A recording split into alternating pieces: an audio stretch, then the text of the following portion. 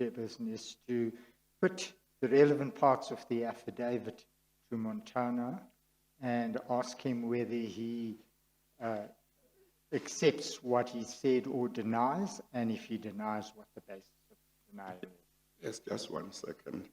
The lighting doesn't seem to be very good. So if somebody could do something about it. Okay, all right. Yeah, they'll attend to it. Yes, Mr. Soni. Chairperson, then we would like to start with the affidavit of Mr. Molefe. Mr. Montana, Mr. Molefe. Oh, and if you are ready to start, at least Mr. Montana should be do sworn the in. oath, I'm sorry. or affirmation. Please administer the oath or affirmation.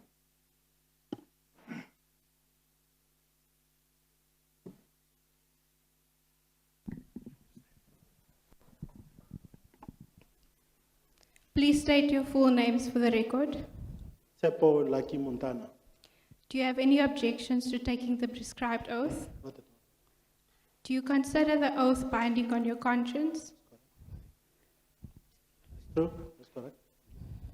Do you solemnly... I'm sorry. Okay, let's start afresh. If you could speak up a bit, I didn't hear the answer. I need to hear Sorry, the Chair, answer. I'm too tall. The system is just a bit. Sorry about that. I think it doesn't come out, so you can't raise it. No, but that's fine. Just try your best. Oh, okay. Zaibamba, Chair. Okay, just start afresh, Registrar. Please state your full names for the record. Tsepo Lucky Montana. Do you have any objections to taking the prescribed oath? No. Do you consider the oath binding on your conscience? Truth. Do you solemnly swear that the evidence you will I'm give... sorry. I didn't hear that answer. I said I do, Chair. Oh, okay. Thank you. Yes, continue. Do you solemnly swear that the evidence you will give will be the truth, the whole truth, and nothing but the truth? If so, please raise your right hand and say, "So help me God." So help me God. Thank you, Mr. Montana. You may be seated. Yes, Mr. Sonia. As you please. Mr. Montana, you've heard what I've said to the chairperson about the approach we intend adopting. I want to start with the affidavit of Mr. Molefe first. You will find it in bundle D, which is in a file in front of you. Thanks, Chair. Mr. Soni, you probably have been interacting with the Commission in the last few days. And I requested, I think on Monday, I requested the opportunity to make a statement. I received an email yesterday, I think it was just after lunchtime in the afternoon.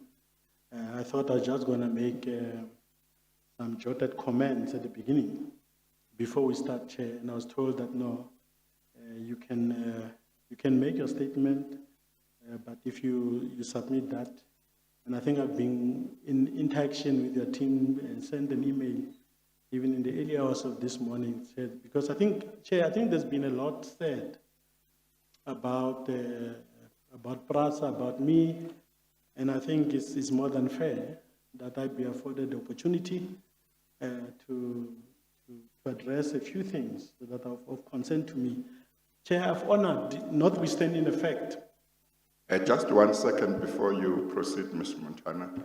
I did hear that you might wish or you would wish to make a statement.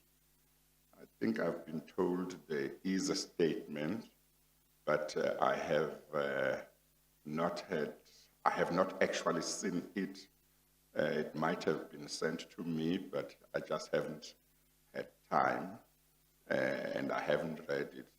I normally want to see it if it's a written statement so that I can satisfy myself that it's not going to implicate people who have not been notified and so on.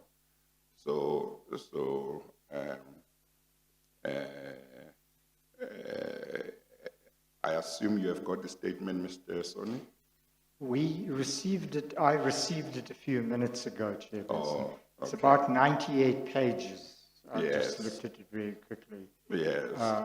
You haven't So had I a chance don't, to. I've not even, Yeah. except for the fact that it's from Mr. Montana, Yeah. I know nothing about this. Yeah. Is that more or less correct? It's about 98 pages? Chair, indeed, the intention is not to read the full statement. Chair, you'd recall that I've raised numerous concerns about the process that we've embarked upon as a Yeah. commission. Yeah. And Chair, I think, let me say that the commission told me, I think it was at 2:05 yesterday, that if you want to make a statement, it must be a written statement submitted. And I submitted it, it's true, because I had to sit down and write a statement in the early hours of this morning. And I know, Chair, that the procedure is very important. Yes, yes. Ngicela ngomoya wesonto, Yes. Chairperson, that Especially ngoba usasanda ukufunga. Indeed, Chair. So I think Well, I would appreciate, Chair, well. I promise I'm not implicating anyone Yes. beyond what I would have said in my other affidavit. That is a subject of discussion and debate between myself and the Commission. Well, just before you proceed, Mr. Montana, both you and I have just said some things in a language other than isiZulu. We need to share with everybody. So you must start to say what you said in isiZulu, or is it isiXhosa? Then I will also say what I said. I'll put it in English so that nobody thinks that we don't want some people to understand what. So I'm not sure if I can. Ngomoya I'm not sure, Chair, if I can translate Zulu. I'm Pedi. Ngomoya wesonto. Ngomoya wesonto. Angazi ngesilungu sithini, Chair. Maybe in a You are better friendly- placed, Chair. Maybe in a friendly. You meant you are asking in a friendly way. You are not fighting. In a Respectful manner, way. Chair. Yes. That yes. we may not have because of the time Yeah. that I've received. Chair, I mean, let me be very frank. Yeah. Before you do that, let me say also what I said. I simply said in isiZulu, especially because he had just taken the oath. Literally translated, what he said was he was asking in a church spirit, literally. You know, Full manner. it's meant to say in a respectful way. So I said, particularly because he had just taken the oath. So that's what I said. You are. I get the impression that you are now saying, well, because that statement we haven't read, and it is long, one would need a lot of time. I'm suspecting you want to say, can you just be given a chance to say a few words? Is that correct? And you are not going to implicate anybody? Indeed, Chair, I'll appreciate that. Thank you. Yes. 5 minutes? No, Chair. 10 minutes? Chair, I thought you were working on averages of 30 minutes, Chair. No, I have been, I think, I can't say that I've been definite with everybody, but generally speaking, it's been between 10 to 15 minutes, maybe 20. But if somebody says, I know so-and-so, he went to 30, then maybe that might happen. But most of the time, it's been 10, 15, 20 minutes. Is that fine? Chair, no, I think that's fair. I'll respect that. Okay, okay. No, that's fine. I will allow you. I'll take your word that you won't implicate anybody. Thank you, Mr. Montana. You may make your remarks. Thank you, Chairperson, Deputy Chief Justice, for the opportunity to address you today. It was in my initial applications to address a wide range of issues facing our country today that is beyond the challenges of PRASA. Those of us who had the opportunity to serve in government, in leadership positions, I think we've got a duty when we come here not to implicate other people, not to attack other people, but to deal with the real issues facing the country. And I think in the course of my testimony today, I wish to do that. Deputy Chief Justice, you know, the story of PRASA is a story about our people. It is a story about the possibilities that we have as a country. And I think it's very important that we really take time to discuss it. I know that a number of issues have been made. I've expressed my reservations. I've made a statement, Deputy Chief Justice, that I find the commission biased. I find the commission pursuing a predetermined agenda. And I want to put those on record today. What I mean by that, because I think it's very important. And let me put on record that I had serious reservations, Advocate Somi, when I received this particular summons. Because I've been having an ongoing battle with the commission. I've prepared an affidavit. My interaction with this commission has nothing to do with the allegations made by Mr. Popo Molefe, by Ms. Ngoye, and Mr. Oleman. I wrote to the chair on the 26th of July, 2019, asking for the opportunity to testify, highlighting a whole range of issues that I intended to address. Chair, the commission came back to me. At that time, they wanted to curtail my evidence. They wanted me to take some parts that deals with the appointment of Waxman's attorneys and a whole range of investigators. I followed the commission very closely. Chair, and I've taken issues with a number of, with the way in which the commission has addressed issues. And again, respectfully, Chair, you said in one of the statements that there will be a time when we have to sit and face each other to face each other. I'm sorry. You want to say something to Mr. Montana? I just wanted him to adjust his mic. The mic, okay. Thank you, thank you, Advocate. Thank you. Thank you. And Chair, I think that the issues that I wanted to raise relates to how the commission, and I'm afraid, Chair, that some of the issues that I want to raise relates to some of the comments that as Chair, and you know, it was a difficult thing. I said, how do I say this without tell the truth, be forthright, whilst at the same time respecting the chairperson and respecting this particular commission. So let me indicate that the way in which, as a country, we discuss state-owned enterprises and public enterprises, there are successes and failures, I think serves as a constant reminder of our collective national psyche. We are quick to find fault and apportion blame as a nation. We tend to not to engage seriously and think deeply about the rest of the issues facing our country today. We as a nation, we speak loudly of Ubuntu, but we are hesitant to fight or even frown upon the deep inequalities and the indignity of that the majority of our people are subjected to. We seem to be a nation defined by short memory, forgetting who we really are and where we come from. We seem to be people that fail to recognize that we are bound by our history and that we have a common future. And that is why you see others think that they can come to the commission and score a victory over others. Chair, I think that this commission has got an important role for our country. It's beyond. It has a choice to either deepen the conflict and the divisions in our society or lay the basis for a united and a prosperous future for all South Africans.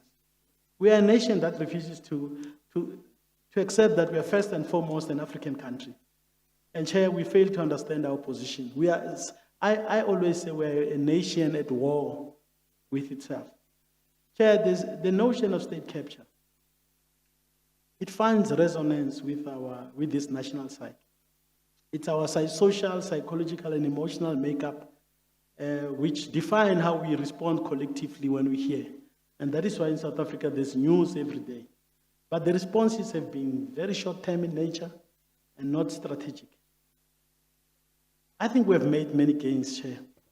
As a country, I think that our SOEs, in particularly key SOEs and public entities, they've played a major role and they're being destroyed today.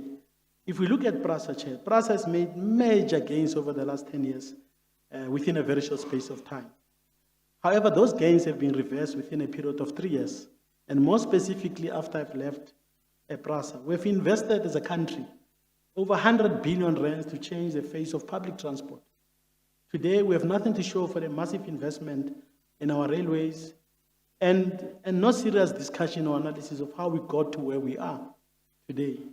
Just under 3 years, infrastructure, and I'm referring, Chair, to between 2018 and to date, we have over an infrastructure estimated at over 30 billion rands that has been destroyed. And part of the reason, Chair, is because we chose that security contracts are irregular. We are going to cancel them.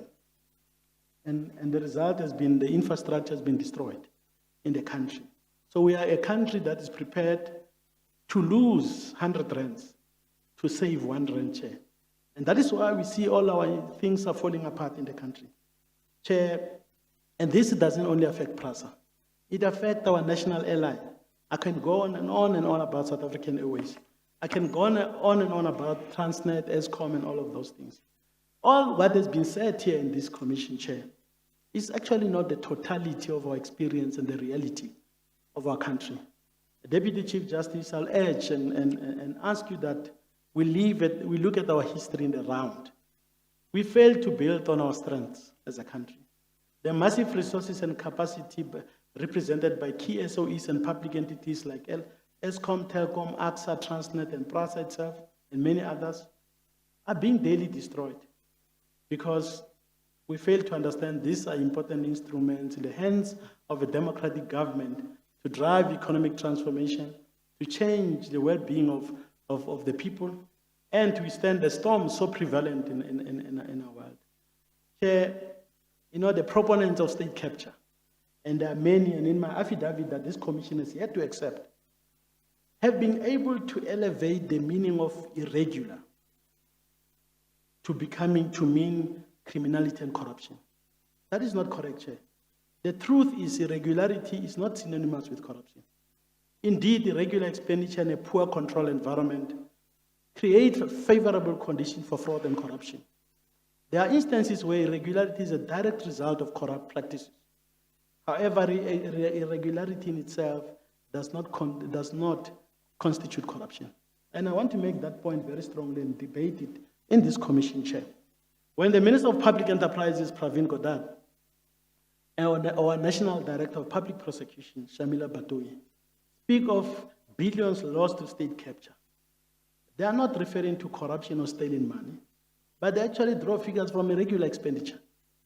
As a nation, we are now using irregular expenditure as a barometer to measure corruption.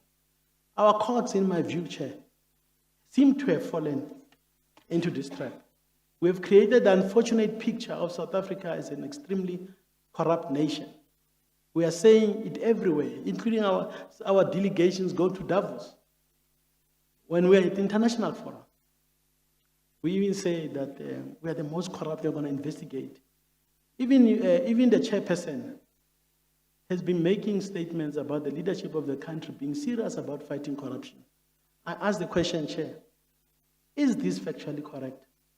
And how do we feature, or should we feature among the most corrupt nations in the world? If we make a distinction, you'd actually realize that we need to make a 10. Because, Chair, we truly live in the age of madness, in my view. South Africa and her people will never be able to dream big and take bold initiatives to transform our country, as long as the dominant narrative about our country is informed by the false notion of state capture. Our country is in desperate need of political, business, spiritual, and community leadership, which will confront the real problems facing our country and the continent, including addressing the historic demands of the black majority in our country. A leadership which accepts that we shall not have meaningful freedom and sustainable growth when the economy fails to mobilize into productive activity 70% of its greatest resources. Nelson Mandela says the greatest resource are our people. The country needs a leadership with the courage to make the break with the structure of the economy inherited over 100 years ago. That breeds massive unemployment, poverty, and inequality. It is a leadership that should recognize or that should abandon the very notion of state capture and how it is destroying the very fabric of our own society. Chair, both in my statement as well as in my affidavit that I put before the Commission, I detail exactly this so that I can substantiate this. Chair, when on the 26th I wrote to you requesting for an opportunity to assist the commission in its work. I was more than happy, and this followed the decision of the African National Congress, the ANC, that its members and members of the public should cooperate with and assist the commission in its work. Well, I must also put on record, Chair, that whilst I followed that, I think that the ANC is not paying attention to the workings of this commission, because this commission is very important. It's not about DCJ Zondo, it's not about people who testify. It's about the future of our country. And therefore that balance, because today we can use the commission to chase others. Tomorrow, because of the nature of society and the changing political dynamics, others will be chased. And I think that is very important. Chair, let me just highlight a few things that I take specific exception with some of the things that the chairperson, again, with the utmost of respect, Chair. It has taken me 2 years before I come to sit before this church. And this is not because of my own making. It's because this commission has tried at every stage of the path to undermine everything that I've submitted, Chair. But I want to elaborate on what I call bias and a pursuit of a predetermined agenda by this commission. Chair, and this is based on evidence. And I think you'd recall, Chair, again, ngiza ngomoya osonto to the commission namhlanje. But I think that let's tell certain truths that make me actually upset. Uma ngihleli ekhaya, sitting with my own family and listening to some of the things being said by the commission or its chairperson. Let me deal with the first one, Chair. I think that the Chair dealt during the testimonies of Popo Molefe, Matango and Fanny Dingiswaya on the matter of the Directorate for Priority Crime Investigation and the National Prosecution Authority in the various PRASA investigations. The chairperson was so vociferous. At some stage, Chair, you even told your people to meet after in your chambers. You even said, Clint Oleman, if he's gone home, let them call so that when we are done. I've done each and every, Chair, I've got with me the clips of each and every hearing that you've done. Chair, I urge you to have a serious look at these things, because I think that you realize when you are alone or when you write your report that these were grossly unfair. Actually, they suggested that this commission is captured. And let me indicate, Chair, what I mean by that. Chair, you said that there's corruption, evidence of corruption. And you, Chair, at some stage, you nearly hit the Chair. The DPCI and the NPA were not willing to act. Chair, I want to say today, this is factually incorrect. The PRASA had requested, and this is part of the evidence, my annexures that I brought to the commission. PRASA had requested the DPCI to prioritize the Swefambo as well as the Siangena investigations. The DPI did exactly that, Chair. But when the DPCI asked, and again it is black and white in the correspondence between the two organizations, asked for evidence, not what PRASA presented in the civil case, but for a criminal investigations. Both Popo Molefe and Matangoya failed to deliver that evidence because it doesn't exist, Chair. And if it was delivered, Chair, I want to say, it was not delivered here. Because I listened to all of this, they made statements. And Chair, I find it quite extraordinary that if we are committed to justice, it means, therefore, that we must hear both sides in this thing and then make a determination. Chair, this thing was not presented here. I want to argue that. And I think that the Chair, and excuse me for the word I'll use, because that's not the word you use, but for lack of a better word, the Chair blasted the DPCI as well as the NPA. Chair, you know, it is a sad state of affairs. If the Chair had looked deeper into this issue, you would actually have realized that what was happening, Bertman's attorneys with Popo Molefe were actually trying to influence the DPCI and the NPA. They actually took a company, one of their companies contracted to them, and they said to the Hawks, you guys do not have the capacity to investigate what is called complex investigations.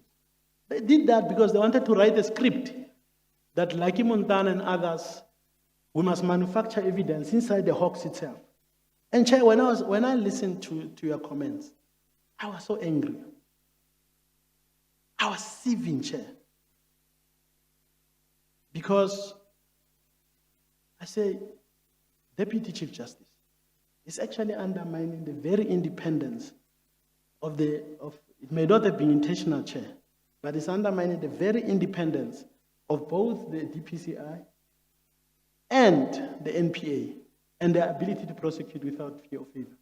The Hawks terminated their engagement with Howard when they realized that, in fact, this company was contracted to Verksmans, it was doing both sides, and trying to influence it. Now, Chair, if we talk about justice, your comments are actually strengthening Popo Molefe's hand and Verksmans in them trying to force the Hawks. And I think, Chair, actually, I wrote in my statement, I think it's actually not only unfair conduct, but I think that it's actually unlawful in my view. Chair, it is one issue. And let me also inform you, Deputy Chief Justice. It is not only those charges. They told you about only charges that relate, the charges that they've made. There were charges, and in my statement, I provide even case numbers. I opened a case in Hillbrook where I showed that Popo Molefe, Madangoye, paid what we call South African Fence and Gate irregularly, and that money ended in some of that money ended in the foundation trust of Popo Molefe. Remember the promise about not implicating. In the chair, I valor on this unfair thing because I think that is at the crux of the thing. Sorry, yes. Chair, I'll move with speed first. Chair, that money ended.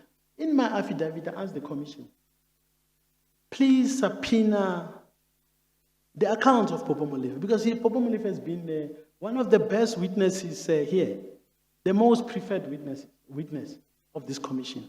If you calculate the amount of time, before the lockdown, Chair, you asked Advocate Sony here, you said to him, how much time do you want with this witness? He said 30 minutes. He went to have 4 days. Chair, he had 4 days. And he was called across, beyond PRASA itself. Popo Molefe had the most amazing time here. Yet, this commission is revision to ask about all the unlawful things that he has done, some of them with late charges. I've opened a case at Brooklyn Police Station. Chair, this commission did something other than the NPA, the manipulation on the NPA matter, Hawks and NPA matter. Advocate Sony says to me today, he wants me to respond to the issues raised by your own investigator on PRASA, Clint Oleman. Chair, really, Advocate Sony. We know that this commission never did an investigation on this matter. Never even they never even gave me the opportunity to come and speak. This commission took a 22-page affidavit written by Mr. Paul O'Sullivan, tabled at Brooklyn Police Station. Suddenly, it is a preliminary report of the commission. Chair, how do we respect the commission? Mr. Sony himself, he's sitting here highly conflicted. I don't know if he disclosed to you, Chair, that he, in fact, had written an opinion for Verksmans. Mr. Vincent Malika is no longer with the commission, I'm not sure, Chair. But when you look at issues about irregular ad hoc contracts, he did an opinion. Now we come here, the commission tells me, take out stuff about Verksmans, but its own evidence leaders, its own investigators are conflicted on this particular matters. Chair, I won't go much into details, but I think that I find the commission highly compromised, because these issues is not just, there are instances which shows, Chair, I know people have said, ask for the commission, for the chair to recuse himself. Chair, for me, I'm raising issues I don't even want. Yeah, I'm happy that you are Deputy Chief Justice, you are chairing this commission. But also I'm saying, Chair, and we always say that when someone is in a position of leadership, a position of authority, and this will be my final point. It is God, and it is those who have given birth to him, abamzalayo. And ngiyabahlonipha bakaZondo. But now I'm a chair. I'm a child of somebody. I'm a son of Kirima Stephen Matlala. Kimokoni. And bakoni batswa kwa Matlala Thabo. These are people who gave birth to me. And they hear this commission making serious attacks on me. Some of them so factually incorrect, and I think during throughout this testimony and answering questions, I'll be able to do that. Chairperson, isitsonga, nintukulu wamlaleli, wamkhabela. And these are not cowards. Both bakoni ba Matlala, bakoni ba Nchidikgolo, kokwana wa mina Mkhabela, these are our warriors, Chair, in history. And their blood, in my blood veins here, are not cowards. It's the Matlalas, it's the Kekanas, it's the Montanas. Chair. And I think that we should be, and when we deal with these issues, I want to show this commission. But this affidavit that I place, it defines, Chair, the starting point. Not because I don't respect you, Chair, I don't respect the Advocate Soni, but I think a lot of things, I'm going to take them head on, based on the evidence, and I hope that the commission will treat me with the kind of fairness and give me the space in the same way that you've given Popomolif in particular. For all the hearsays, he was not there when PRASA did all this work, Chair. So I'll put that, Chair, as an opening statement, and hope that we'll deal with some of the issues in the course of the conversation. Thank you, Chair. Yes, thank you, Mr. Montana, for largely not implicating anybody. I just want to say to you that I commend the fact that whatever concerns you have with the commission, its legal team or investigators, or even with the chair, you have articulated those concerns, I believe, in a constructive manner, and I haven't seen anything destructive or disrespectful in the manner in which you articulated your concerns. We as a commission should be open to people articulating their concerns about us. This is a very big and important commission. It's got many people, men and women, who are quite committed to its work, who do the best that they can. But it would be wrong for us to think that we never err, that we never make some mistakes, or that everything we say will always be understood in the way we intended. I certainly accept that sometimes I may say something intending one meaning and it might be understood in a different way. So I hear what you have said. All I can say to you is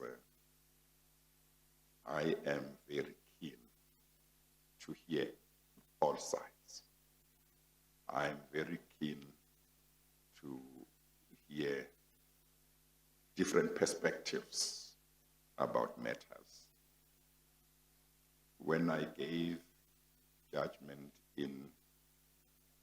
or a ruling in the matter of the application by Mr. Ajay Gupta for leave to cross-examine some witnesses, and I dismissed the application. One of the things I said was, if they were to come back, I would grant them leave to cross-examine.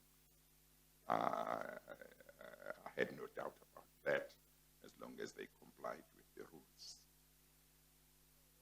I am very keen to hear, particularly persons who are implicated in a very serious way. I want to hear their side of the story before any findings can be made. And where they do not participate, it's a pity, because I would really prefer to have everybody's perspective. So I can assure you that there is no predetermined outcome I have on anything. But I respect everyone's view. But certainly I can assure you of that. I can assure you that I'm looking at all evidence. I may, at a particular time, think along certain lines on something, but it doesn't mean I've made a finding. When I hear another side, I'm still open to saying, oh, but that was not right. But I'm happy that you are here. I'm happy that you are ready to deal with issues, and whatever concerns you have articulated, and you have articulated them in a manner that is constructive, as far as I'm concerned. So we will continue. I must just say this, because maybe I might forget. You made reference to your affidavit that you sent last year, I think. Sorry, Chairperson, I've been asked to ask you to put your mic at the center. They're not being able to record. Oh, freely. okay. I'm sorry. No, I'm used to people saying my voice is loud and big and. That voice, Chair. So I just want to say about that affidavit, Mr. Montana, because I did read it, the whole of it. It contained a number of things that I was very interested in. And I can tell you now, and I shared this with Mr. Soni then, that the impression I had after reading that affidavit was that it appeared that you had taken a decision to really be helpful to the Commission. That was the impression I had, and I shared it with Mr. Soni. There are many matters that you deal with in that affidavit that I think are very important. And as you know, the Commission, I determined a date when I wanted you to come and testify early in January. Unfortunately, there were issues about annexures and so on. But I just want you to know that that's the impression I had after reading that affidavit. And I want you to know that there are a number of matters in that affidavit that I was very interested in. Indeed, the legal team had gone to the extent of even sending the affidavit or portions thereof to implicated persons, even though the annexures were not there, because the idea was they wanted, as I understood, to expedite matters. So I thought it's important to mention that so that you know it,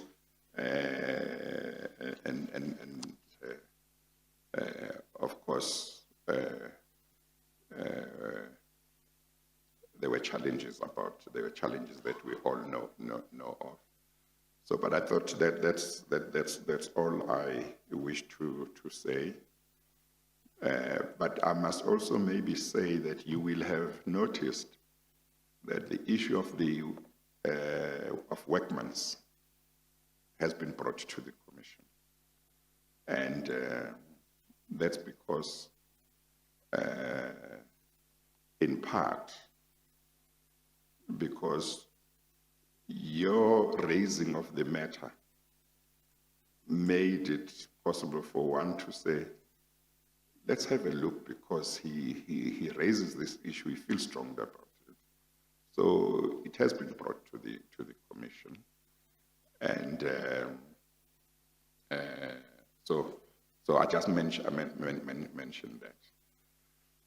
Okay, let's. Or you want to? Yes. Indeed, Chair, I think we should proceed. But yes, I'm actually pleased to hear, Chair, that in respect of the matter of the affidavit, because this was the issue that I was going to raise today, that I've prepared an affidavit, Chair. And you'd recall that my affidavit was not prepared in response to any allegation. Popo Molefe testified in March, 8 months after I've approached the Commission, after I've given the Commission, and I said, I want to assist the Commission with information that I know in my role in government, from public enterprises when we're restructuring all the state-owned enterprises, to transport, and my life in PRASA. And I said I'm willing to do that, Chair.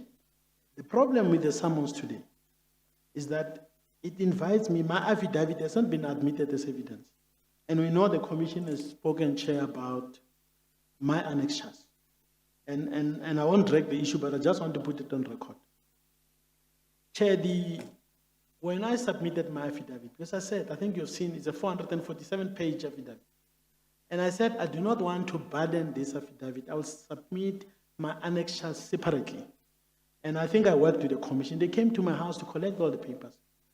Every number links to, or in the annexures links to the issues that are there. The Commissioner said to me, no, but these things are not properly marked or numbered.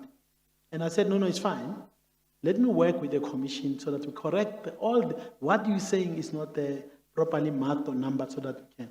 The Commission said to me, Chair, you didn't use what we call an established practice, the format that we use. And I asked, Chair, can I have this format so that my annexures are in line with what the Commission requires? It has taken me over 3 months. And I've realized that not such format exists, Chair. So I'm pleased, Chair, that I think that your words are assuring, that you have looked at the Commission. And Chair, I'm not raising the issue of Werksmans and to talk about irregularity. In fact, the conclusion of my annexure, because this impact on our democratic dispensation as a country. And I say in my affidavit there, in my conclusion, the work of this Commission will be incomplete without it looking deeper, because it's not about irregular and fraudulent appointment. It's, Chair, about the fact that I submitted as evidence a lot of reports that shows that Werksmans and the companies working with them have actually based their reports, including those that they've given to the Hawks, through unlawful surveillance activity. My house has been broken a number of times. My son nearly died. So these are matters of life and death. But is the matter we discuss of the Hawks and NPA actually shows the extent to which democratic institutions can actually be manipulated to achieve nefarious goals, as it were. And that is the spirit in which I'm raising the Werksmans issue. But Chair, thanks very much that you said you'll have a look at it. And I'm hoping that the Commission will engage me so that we go deeper, because in each and after every paragraph, I put an annexure to support. You ask, Chair, finally, you ask some of your witnesses here, Mr. Koko. The Commission asking, Mr. Koko, why do you interact with, is it Regiment Capital, when the contract is with McKinsey or whatever it's called? Or Trillion. Trillion, exactly those parties, Chair. Yeah. But that was the point that Advocate Sileke took on here, with Mr. Koko. You'll see, Chair, when we say Werksmans has been paid 350 million rands, We actually refers to companies that are not contracted to PRASA, but who are contracted by Werksmans. Some of them, their job simply to chase after me, break into my houses, so that they can try to find anything that they can, so that I can be prosecuted through what you call manufactured charges and trumped up charges. So I'm glad that if we open up this thing, then we are dealing with the real estate capture that we should be looking at. Chair. Thank you. Well, let me say this about your affidavit. Because of where we are in terms of time for the commission, I don't know if much can be done if the issue of annexures were to be fixed. But I would be very happy if there would be a way to sort out that issue of annexures, because as I say, your affidavit has a lot of things that I think are very important that this commission would like to look into. It's just a pity that we are where we are in terms of time, you know. So I would be very happy.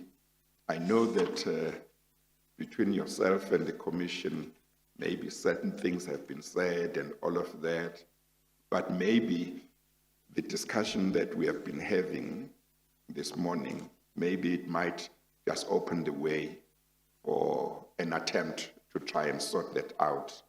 Ngomoya wesonto. Mr. Son, you remember the phrase Ngomoya wesonto? Okay. In a spirit of cooperation and without fighting and so on. So because then once that has been fixed, one can apply one's mind to what can be done with it at the time where we are. Okay, all right. Thank you. We are at 6 minutes to 11. I wonder whether we should just take the tea break now, and then so that when we come back, we go straight up to lunchtime. Yes. Maybe we should. May I place something on? Yes, okay. Yeah, I'm not going to deal with other matters that Mr. Montana has raised. Mr. Montana says, I am conflicted. As an officer of court, and I accept this is not a court, but in general, I am deeply conscious of not involving myself in activities that might involve a conflict of interest. So I want to place on record, I've never been briefed by Werksman's attorneys in any matter involving PRASA or Mr. Montana. This is not the first time Mr. Montana has raised it. He's raised it with journalists who communicated with me.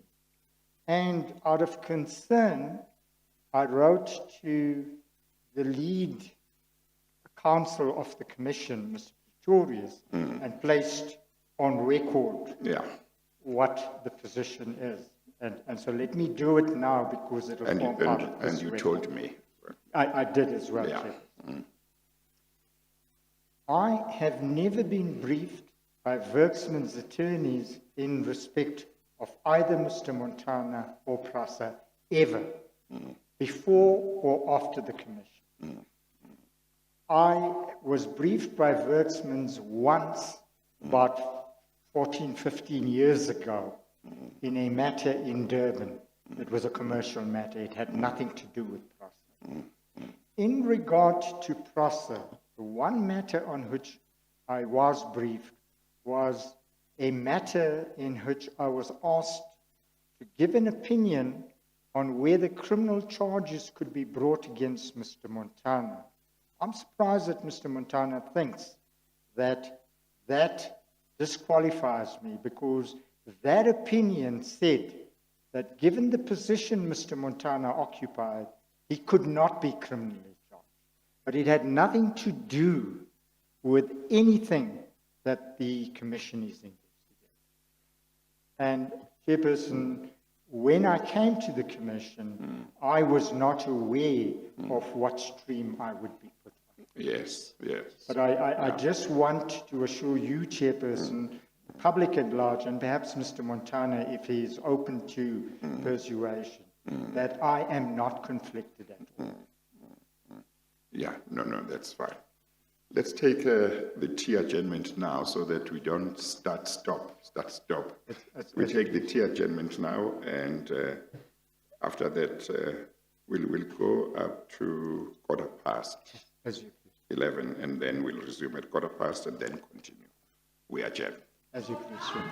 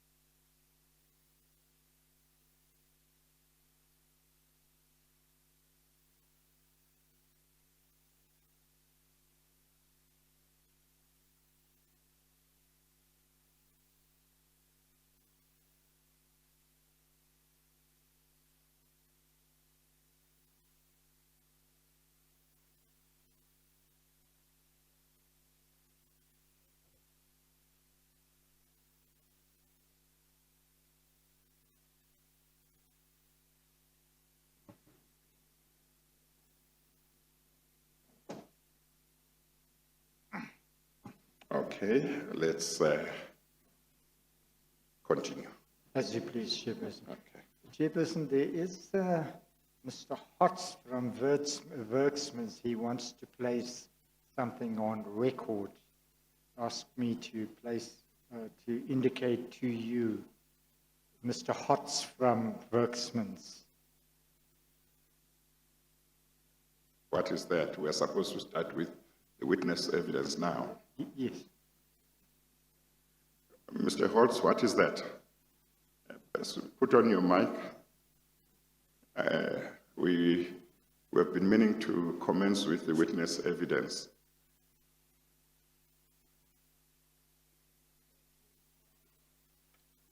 Somebody will help you.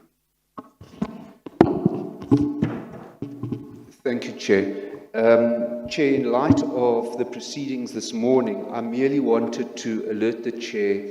Unfortunately, our senior counsel could not attend this morning, but I wanted to place on record, Chair, as you would be aware, that Werksmans has indeed applied to the Chair for permission to cross-examine Mr. Montana. Obviously, we're in your hands, Chair, as to how and when, but I merely wanted to place on record that there is that application, Chair. Okay, no, that's fine. At some stage, it would be dealt with. There are quite a number of applications for leave to cross-examine that are being finalized. So, okay, all right. Thank you. Let's, yes, Mr. Montana. Chair, unfortunately, I represent myself as well on the legal side. Yes, yes. But Chair, I think I would also take legal advice on this issue. I've welcomed when the commission alerted me to the fact that Werksmans wants to cross-examine. I said, no, I welcome. In fact, there are a lot of things that I think that it would be good for them to cross-examine me. Chair, but they can do that only on the basis of my affidavit. I'm here to respond. No, they are not going to do that today. Yes, no, Chair, I accept that, but I'm saying even procedurally. Yes. It is on the basis not of my response to Mr. Popo Molefe Matangoye, but it should be on the basis of my affidavit, which is not this statement. So I think Chair will deal with it at the right time. Yes. And I'll take legal advice once you've made your decision, Chair. Yes, well, put it this way. If subject to issues of time and condonation, if you didn't previously file anything in relation to it, having read what they wrote in support of the application, you might, when you take legal advice, get advice as to whether there's anything you should put before me before I make the decision. Okay, all right. Mr. Sonny. As you please, Chairperson. Just one more housekeeping. Mr. Johan van Lockenberg, who was mentioned in Mr. Montana's affidavit, has asked me to place on record that he is here. He is not represented, but he just wants to place on record that he is in fact here. Oh, was he mentioned in the affidavit that yes. is not being used today? Yes. Or as long as he's advised that it's not being used Yes. today? Yeah. Yes. Okay, all right. Thank you. Mr. Montana, can I just explain what I want to do today? And it can either be fast-tracked or it can be a slow process. Mr. Molefe has made a number of allegations against you in his affidavit. I want to look at the relevant parts or the relevant paragraphs of his affidavit and ask you whether you deny or confirm the correctness of what he said and anything you may want to add. Okay, I'm going to refer you to specific paragraphs, and I hope you won't mind. I will read them. It just becomes easier so that the record is complete and your answer to that question appears all in one. Is that all right? I want to start with, you'll have, Let's say first, Mr. Soni, what bundle we are using Yes. for the record. Bundle D, Chairperson, PRASA bundle D. Yeah. PRASA Bundle D, Okay. and it's Exhibit SS6. And that will be Mr. Popo Mulefe's affidavit. That is so true. Okay, all right. Yes. Now, have you got it, Mr. Montana? Okay, if I've you got it, thank you. You can keep your mic on all the time, Mr. Montana. Thank you, Chair. If you, we are going to look at page numbers and paragraph numbers. I'll start off with page number, and the first page is page 3. It's the page on the top right-hand corner in red.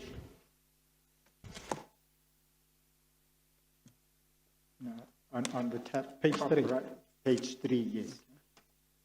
It So- will read 003. 3, yeah. Yeah. So at paragraph 11, he says that he was appointed to the PRASA board on the 1st of August, and soon thereafter, he met with you in your capacity as group chief executive. Is that correct? That's correct, Chair.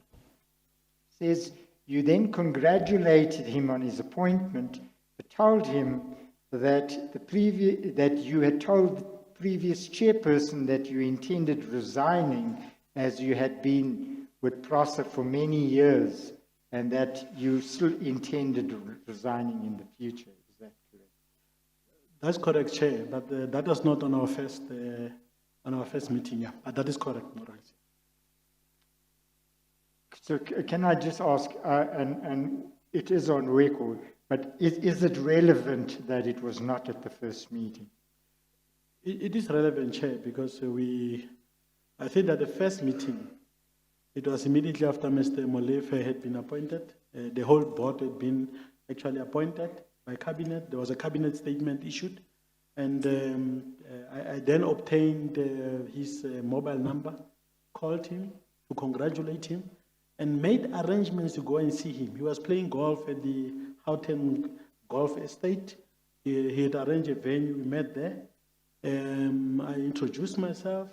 We spoke about the history, where we come from and how I know him, particularly as a young activist in the UDF in the 1980s.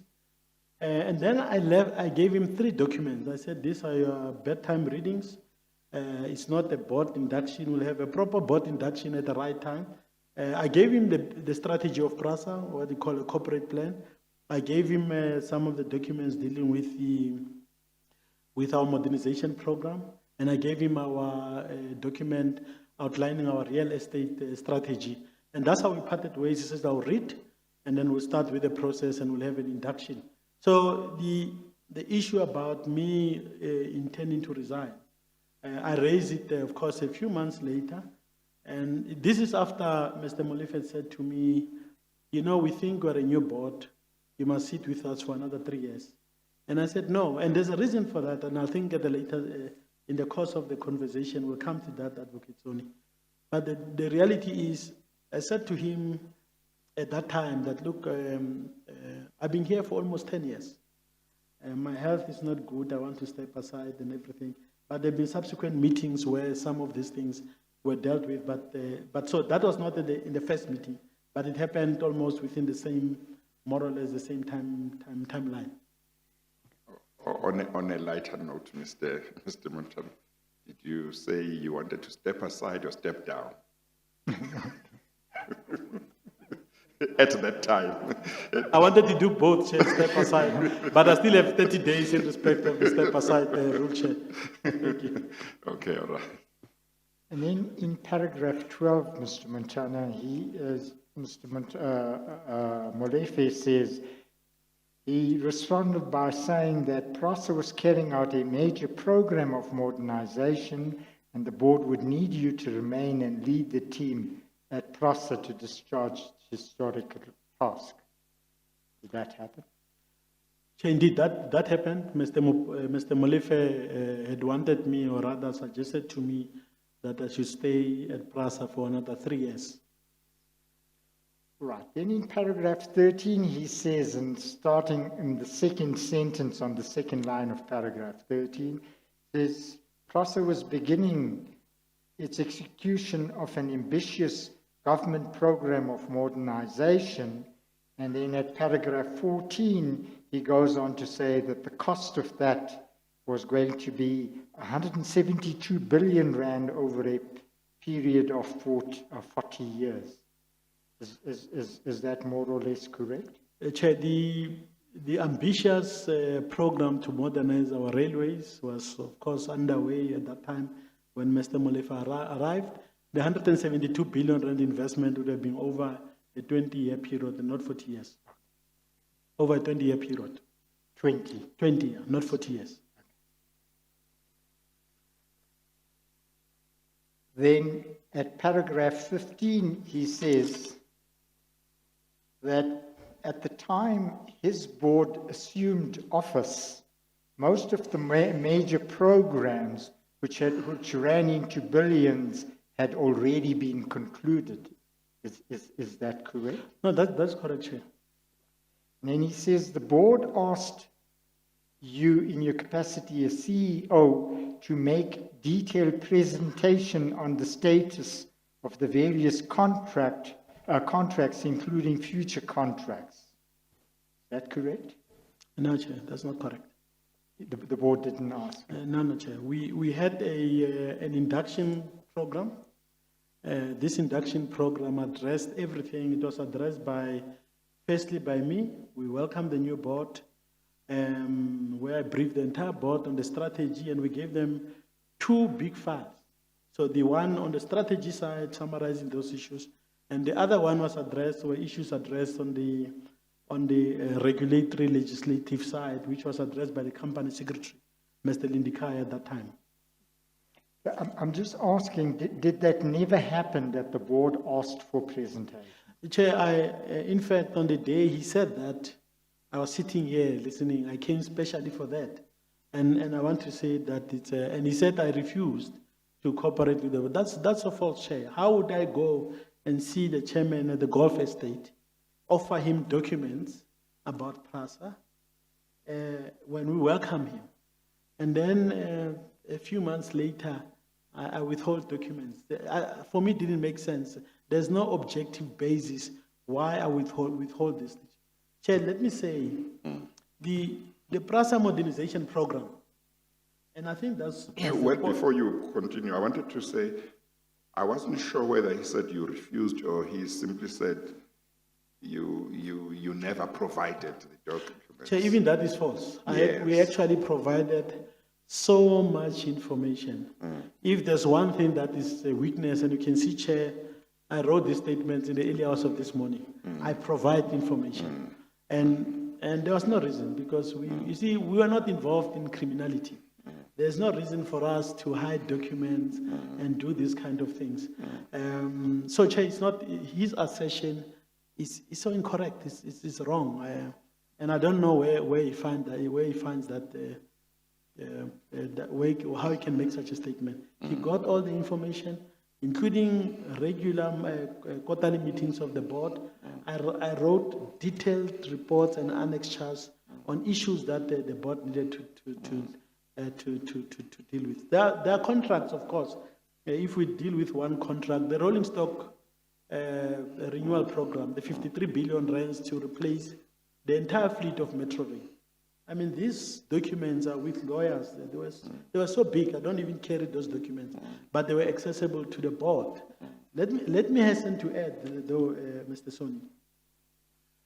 Mr. Molefe and I, when we invited to Parliament, and I can't recall the date now, to brief, and he had just joined PRASA, to brief the standing committee. Portfolio committee. The standing committee on appropriation. It was chaired at that time by Mr. Paul Mashatile. We went there, I briefed the committee, I presented to the committee, and then he opened, of course, and said the CEO will take us through a presentation. At the end, Mr. Molefe then, in fact, was talking about the rolling stock program more specifically, that You know, we have even investigated this matter, and we find that it is perfect, it's done in a proper way. Now, Chair, I didn't know that it was being investigated.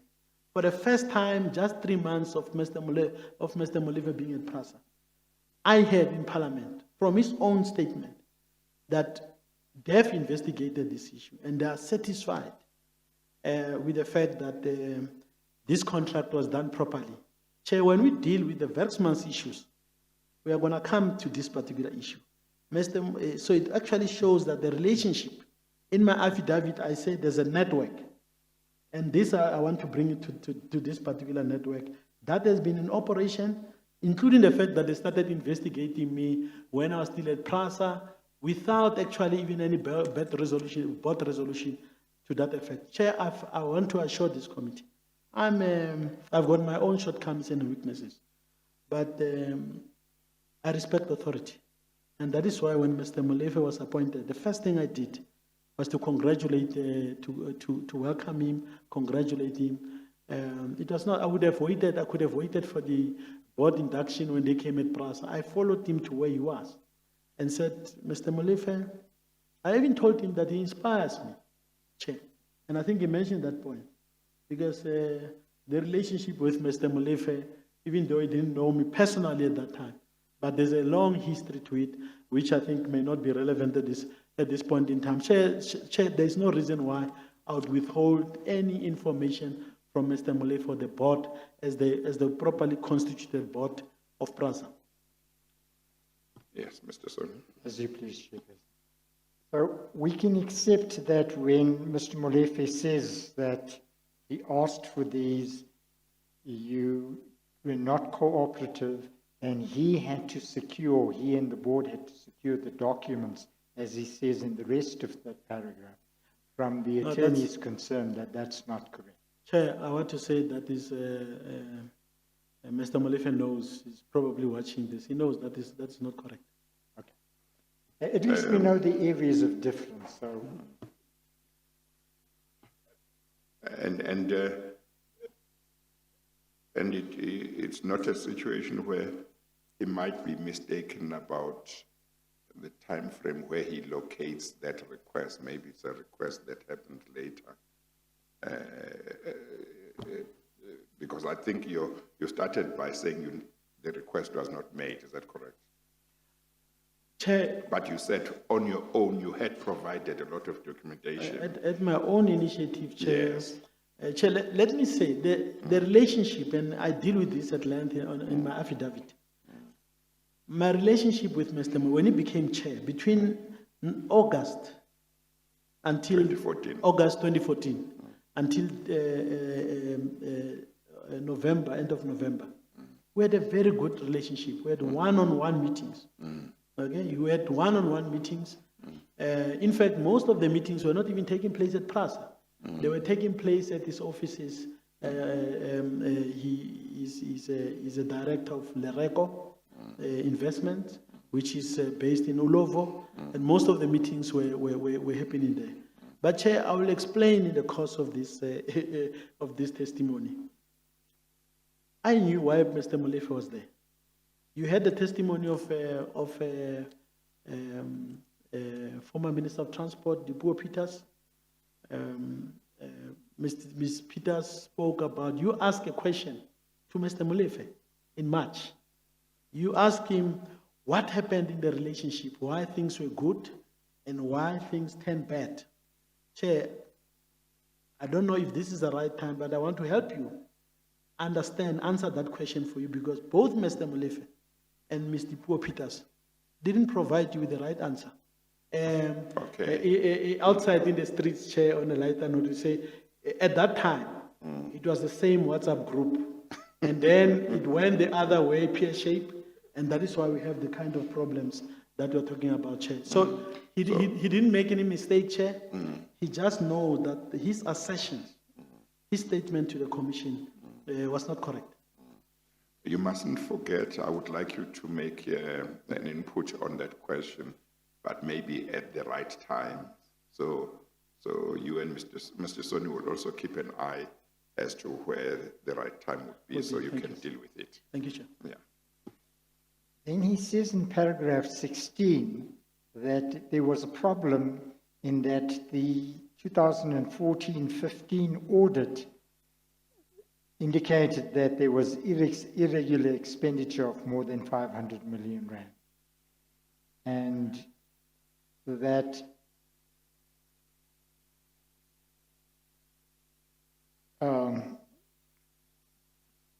the Auditor General, if you look later in the paragraph, and the Minister and the Board's Audit Committee had convened an urgent workshop to deal with these concerns. Are you aware of that? Chair, you know, sometimes when you do things as an afterthought, because you want things to fit into each other, you say things like, in 2014, we had a delay to our audited financial statements. Not because of management problems here. No. Because there was a huge issue between us and the Auditor General at that time. It had to do with the locomotives. As you know, the locomotives, Chair, we're going to talk at length about that.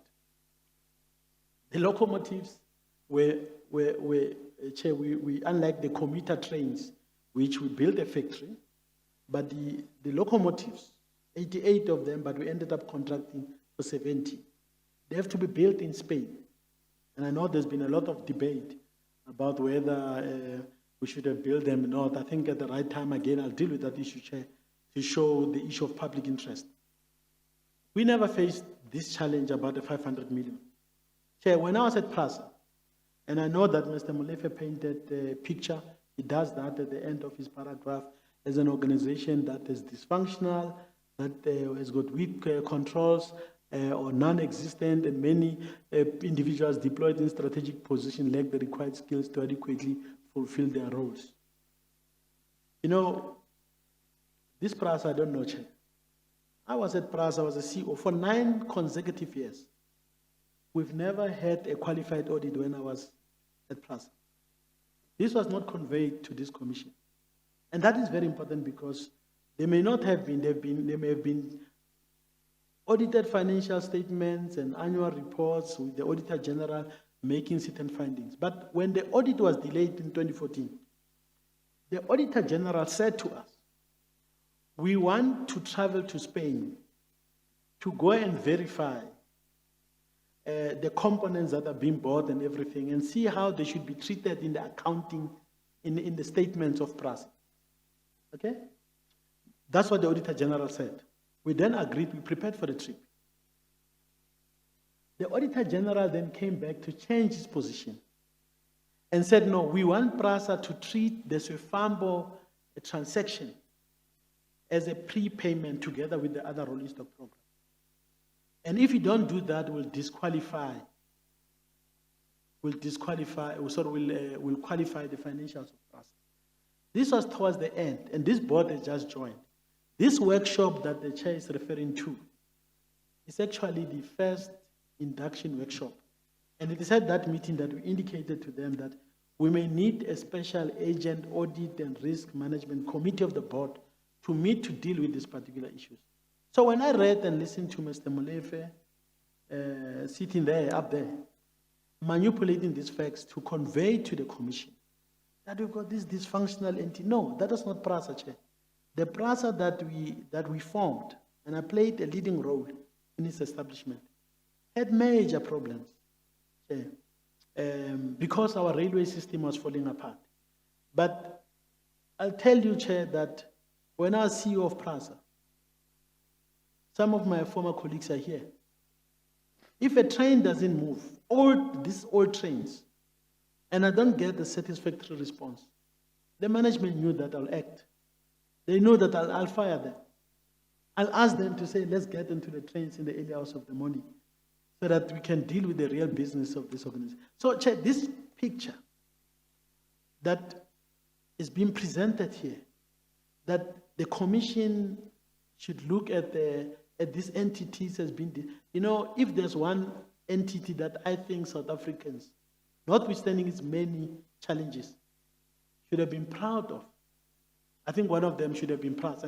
And take out Montana there and deal with this entity. And I think in my statement, I detailed some of the things that we've achieved, and I deal with what happened the period after. So, Chair, we never had, I only appeared in SCOPA once, Chair, on issues of irregular expenditure. That was in 2013, I think. And there, the amount was 32 million, Chair. 32 million in 2013. And this amount had nothing to do with theft of money. It is the fact that PRASA, because of financials, cash flows, couldn't pay the municipalities in time, and they charge interest. The Auditor General said to us, because you are paying and you're paying with interest, we'll then treat those interests as irregular or wasteful expenditure. I had to go and explain it to SCOPA. 2014, the financial year, the irregular expenditure was only 100 million, Chair. Only 100 million. What happened is that the 500 million had to do with, and I'd left PRASA at that time, when they finalized in July. I left on the 15th. The board and management had then to finalize the financial share. They even go to the prior year. I was outside PRASA when I hear about 500 million rand, which then was included into that thing, which was used as a justification for the irregular appointment of Werksman's share.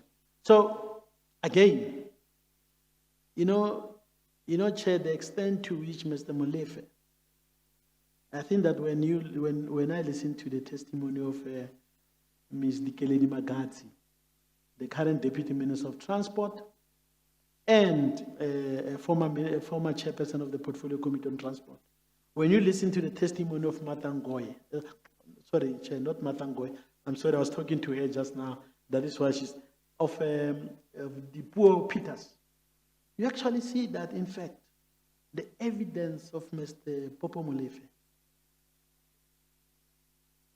and I'm trying to avoid using a strong word, but Chair didn't assist the commission. It was trying to create, and it was a political statement more than providing the commission with facts. Unfortunately, I'd written my affidavit before he made these allegations, but I did later incorporate some of those things. It is false, Chair. The reason why the audit committee is not 500 million, is not a 500 million which came at a later stage, but it has to do, Mr. Soni, with the fact that the Auditor General wanted to change what you call an accounting treatment of how we treat locomotives. So if PRASA pay Swifambo money, and this money goes to First Law and they buy an engine from another company, now that engine is in Spain, but PRASA has paid the money. How do we treat it in the books? So there was a debate about that which impacted on the financials, and not irregular expenditure or stealing of money as being projected here, or lack of control share. And so it is not correct, Mr. Soni. Can I just ask you to turn to page 38? This, because he bases that, Mr. Molefe bases that on PM2, and I don't want you to think, Mr. Montana, that I'm trying to favor Mr. Molefe's version. I'm just trying, on the basis of the information before us, to show you that it does appear in the financial statements. If you look at page 38, which is PM2. Remind me, Chair, we are using the numbers at the top, isn't it? Yes. The red numbers, but he won't mention the letters and the zero. He will just say 38. So you. Page 38. Yes. Yeah. You'll see at paragraph 14, it says, as disclosed in note, and that note was to be attached to the financial statements, the agency incurred irregular expenditure to the amount of 550 million rand. Yes, but I'm saying this financials, which financial year is this? Is this 2014 and 2015? Yes, Chair. That confirms my point. In 2013, 2014, 2015, the financials, the irregular expenditure, 100 million. Yeah. Then what happened is that I left in July before the financials were that thing. The auditors know, Chair. I will not even accept that. I work with the Office of the Auditor General, but I go into the details of the business, including, getting advices from people in the accounting field Yeah, those to say, what does that mean? Okay? And they fought, I always fought with them. Respecting the office, but making sure that we get the right thing. So these financials do not support Mr. Molife's thing. It supports the fact that after I've left in 2014, in 2015, July, when they finalized, they added in irregular expenditure. Chair, you raised a concern. I think when Minister Dipuo Peters was here, you were also very strong on that point, correctly so to say. How can irregular expenditure increase so much to almost 20 billion and nothing was being done? Chair, at the right time, I want to deal with it because I've also I've got also a scientific answer to that particular issue. So it is not correct. So this is a record after I've left, and there have been agreements between them in my absence. So, and Mr. Montana, again, I do not, what, as a commission, we've got to do is, we've got to look at documents that are presented to us. If you look at page 34, that says that this is the final management report on the audit for the year ended 31st of March 2015. That's the heading to this document. Now, I'm only raising this in this context because I accept you say that the financials were done after you left, but it is still for the period while you were there, 2014, 2015, unless you're saying to us that these financial statements misrepresent the position after you left. Chair, I don't think, Mr. Soni, we should speak past each other. Yes. Let me perhaps explain it systematically without even diverting on other issues. Yeah. There's 2014. I'm saying the commission's thing, or rather the AG, Auditor General's findings, for 2014-2015 was 100 million. 100 million, yeah. For 2014-2015. Yes. And if you look at Mr. Molife's statement, he's basically conflating the financials of 2014 and 2015. In 2014, what caused the delay was the accounting treatment. And the auditors had closed. In 2015, it's a different matter altogether. Okay? So there's nothing wrong with what you've pointed. It's a record. I'm not challenging.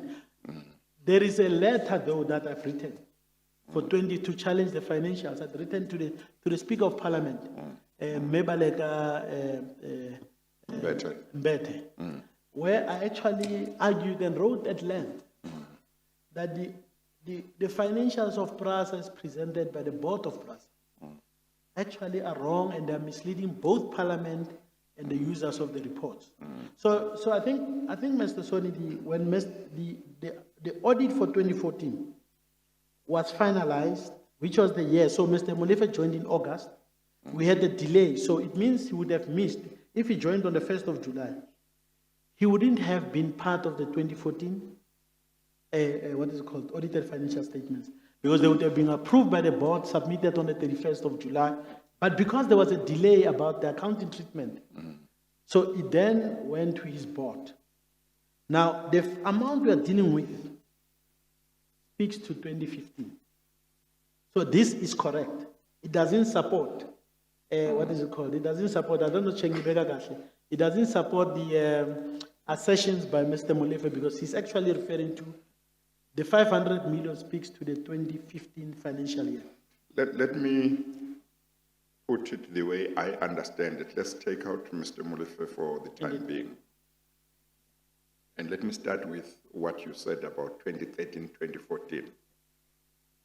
Understand you to say, in respect of the financial year 2013-2014, the irregular expenditure was 100 million rand. Is that correct? That's correct, Chair. Yes. Now, I understand these financial statements to say, in respect of the financial year 2014-2015, the irregular expenditure was, is it 500 or 550 million rand? And my understanding of that is that whatever it is that had given that gave rise to that irregular expenditure of 550 million rand happened during the financial year of 2014-2015. Are we on the same page on that? Chair, no, certainly we are. Yes, okay. We are, okay, Chair. okay. So that I accept fully. That you accept, yeah. Except, Chair, that the auditors Yeah, make their own findings based on the evidence that is presented to them. And that is why the 15-16 financial year and the what is it called, the irregular expenditure by Yeah. PRASA, I've actually challenged Chair. yeah. Because, you see, when the auditors come, and let me put it up front so that when Mr. Soni takes me through, you understand what my point is. Yes. Also. Chair, at the heart of my letter to Parliament, to To the Speaker. So, my letter to the Speaker of Parliament, which I copied to the Chair of SCOPA, Mr. Tembagudi. I said PRASA made serious misrepresentation. Because immediately when the 500 million rand story, and later then it became 14 billion. 500 million, it went to 14 billion in the next year.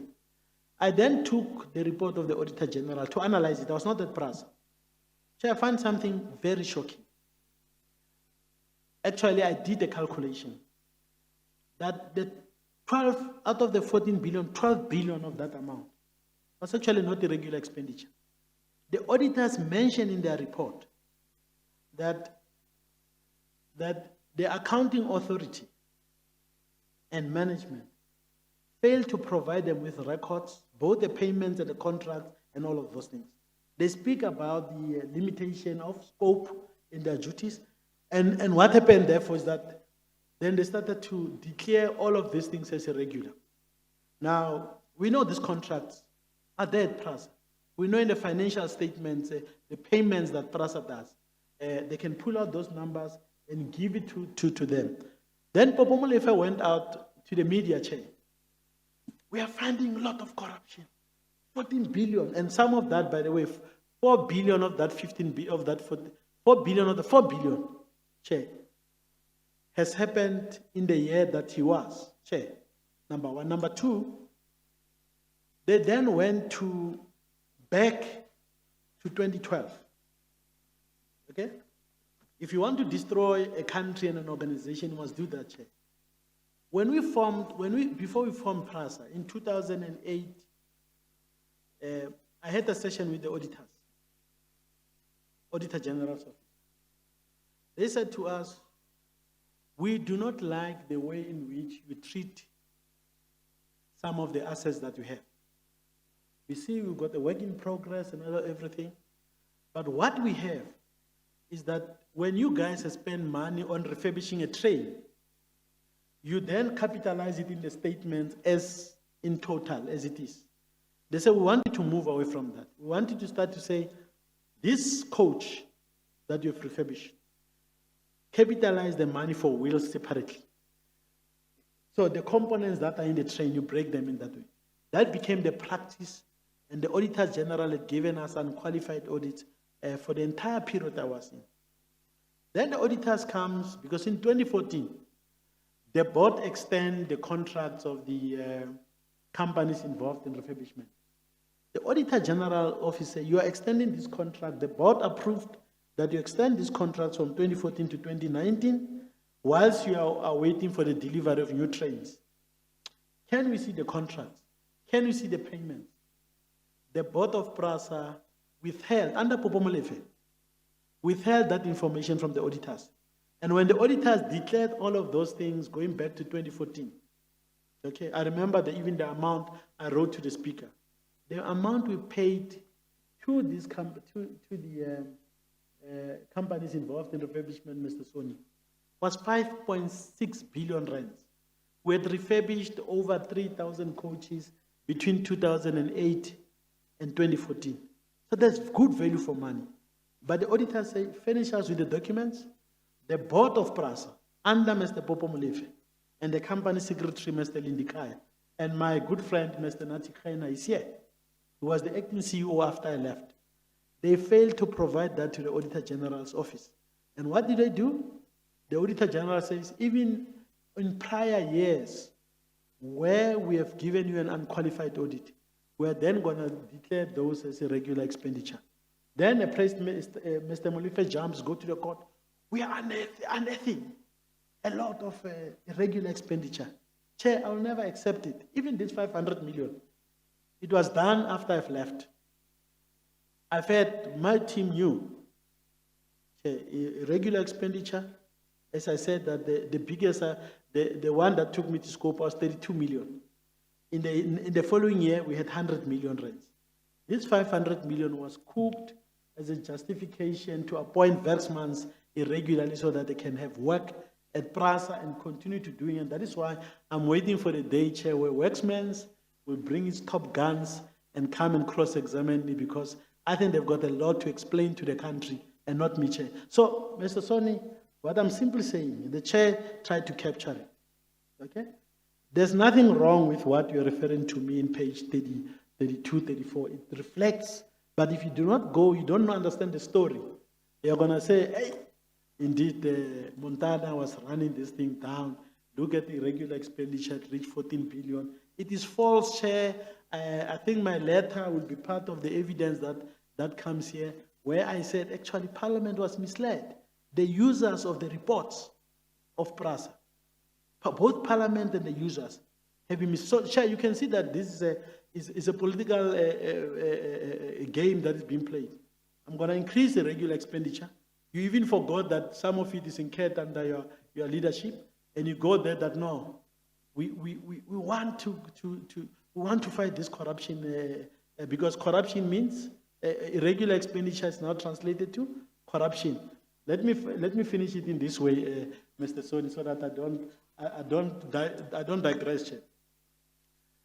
When Minister Dipuo Peters, and I thought she'll talk about it here, she wrote 4 letters to Mr. Molefe.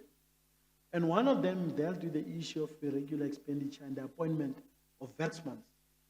I don't know, I think in the legal firm they say Werksmans. Chairman Angibiza. Well, I think for quite some time I've not been sure whether it's Workmans or Werkmans. But I think, some people say Workmans, others are Werkmans, so. So, Chair, I want to call them the way I call them when I speak to my people in Mamelodi. But King Werksmans, it's Ango PRASA. What is this Werksmans? What is it doing at PRASA? Minister Dipuo writes a letter, Chair, to Mr. Molefe, and says, stop this thing about Werksmans. It's not budgeted for, and it's, the expenditure is irregular. You know what was Mr. Molefe's response? Very telling, Chair. He says in his response to the minister, well, 550, we've paid Werksmans this amount. For project of this nature, we pay companies not less than 10% of the value of the contract. So, Chair. And please just repeat that. Let me repeat it, Chair, because I can see you change your face, Chair. Yeah. Again, and I like that, Chair, because this point is very important. Well, on a lighter note, somebody else is going to say, I'm agreeing with you. Exactly, Chair. I think you are in this difficult position, Chair. But, Chair, I was watching again, without digressing, Chair. I was watching a movie, this Nigerian movie. So this chap was talking. And the other chap is a chief. He doesn't like what he's saying. But this chap is educated. The chief doesn't approve, so he changes the facial expression. And this chap just said to him, I don't like the geography in your face. So, Chair, I like the geography in your face on this one. Chair, let me go back. He says, the Minister of Transport should not ask about the payments to Werksmans and the irregularity, because normally on contracts of this nature, will charge 10% of the value of the work that they're doing. So what it tells you, Chair, is that they don't only appoint Werksmans regularly, and in my affidavit, I actually demonstrate that they've actually appointed Werksmans fraudulently. But to create work for Werksmans, they then raise the numbers. They hire the irregular expenditure and wasteful expenditure at PRASA. So 10% of 100 rand, Mr. Soni, You'll have to It's face 10 the cents, chairperson. Chair. It's 10 rand or whatever, if my bantu education is right.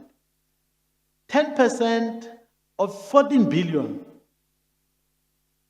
Siyakhuphuka, Chair. So, Mr. Molefe, Just remember to translate those Those- vernacular.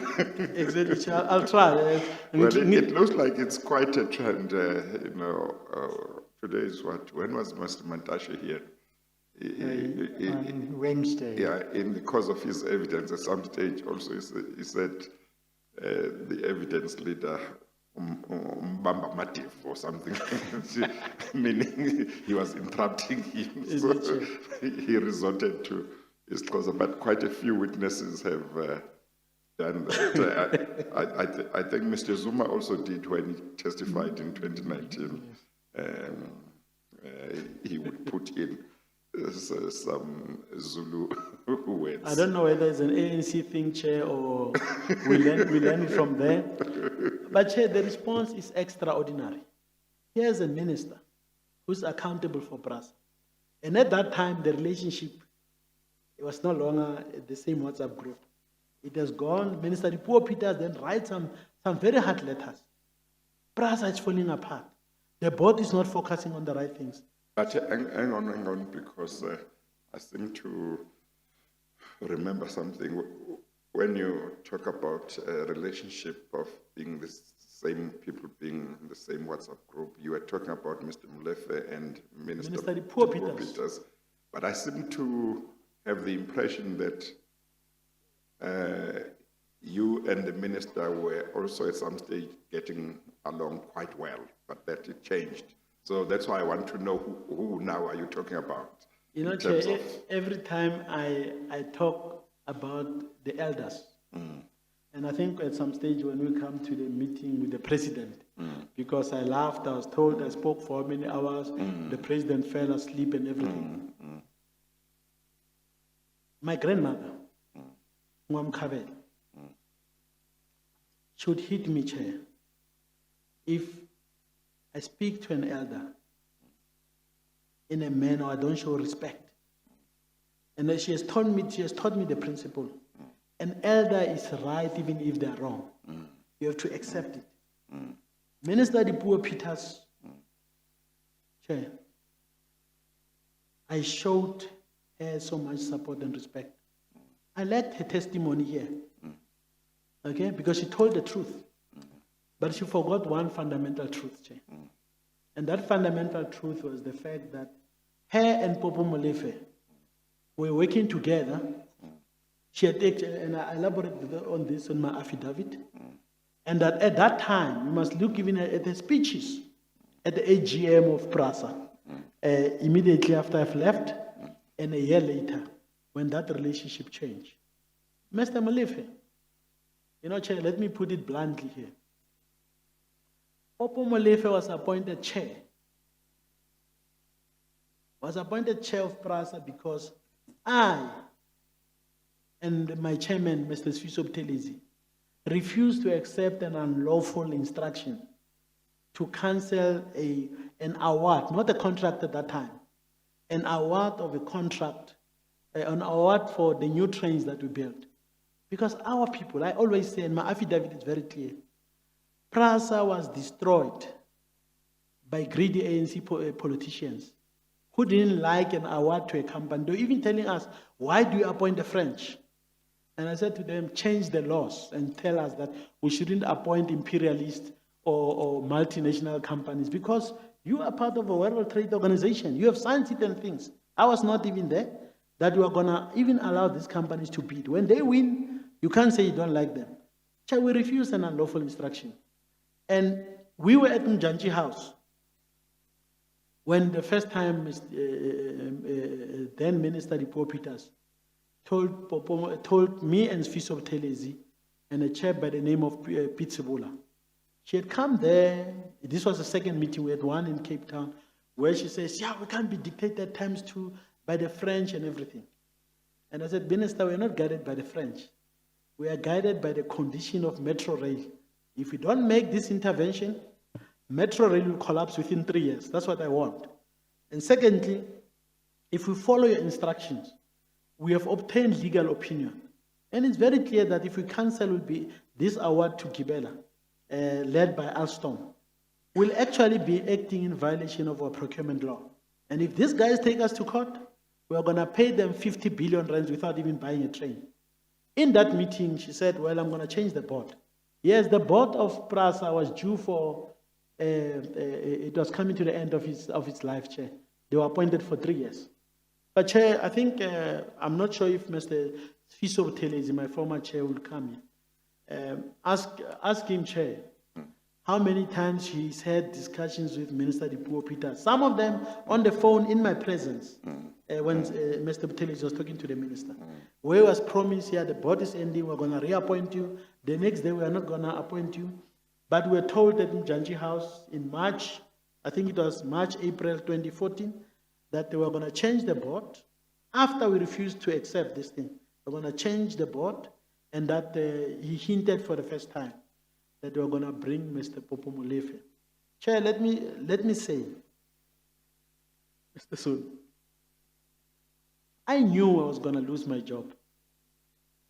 I knew because I've defied very powerful politicians in the ANC.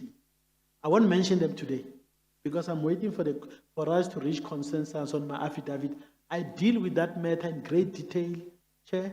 So they wanted to appoint their own people. I said, it's not going to happen. You know, the ANC people, Chair, sometimes the ANC leader, the ANC is my party, Chair. I belong to the African National Congress. I joined it in my teenage years as a student activist in Mamelodi. And with all the things happening today, I still remain loyal to the ANC. But you know, they were happy. Those who are fighting President Zuma, they were extremely happy that I went to Parliament to testify before the parliamentary inquiry at ESCOM. And I dealt with the Guptas there. They were so happy because this thing was the thing to use against Zuma. Now they're unhappy, Chair, because I said it is not only the Guptas. The Guptas tried to manipulate our rolling stock program. Chair, I refused. I fought with them. And I told them, not in our name. I told the Minister of Transport at that time, Ben Martins, it's not going to happen.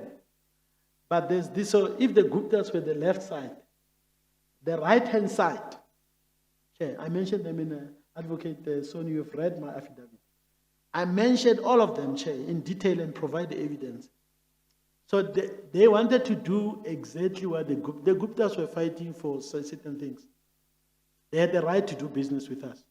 But when they tried illegal things, they tried to manipulate the PRASA rolling stock program, I told them that no, Minister Ben Martins actually said he testified in Parliament the day after I testified. He said, like, he fought with these guys for more than an hour in a meeting. Because I said, you can't extort money in our names. You can't tell people out of the country that you are working for us and you are working for President Zuma. Tony Gupta, Duduzane Zuma were there. I told them that, I said, this is our president, we've got a duty to protect him. And if you guys go out of the country and you want money from these companies and you claim to work for the president, I'm going to fight against that and I'm going to convey that to the president. So I did that, Chair. So it's detailed in my statement, including what I said in Parliament. But they were happy to focus on the Guptas. Can't you know, the big, another analyst said the bullfrogs. The bullfrogs are here, Chair. That is why I became an enemy.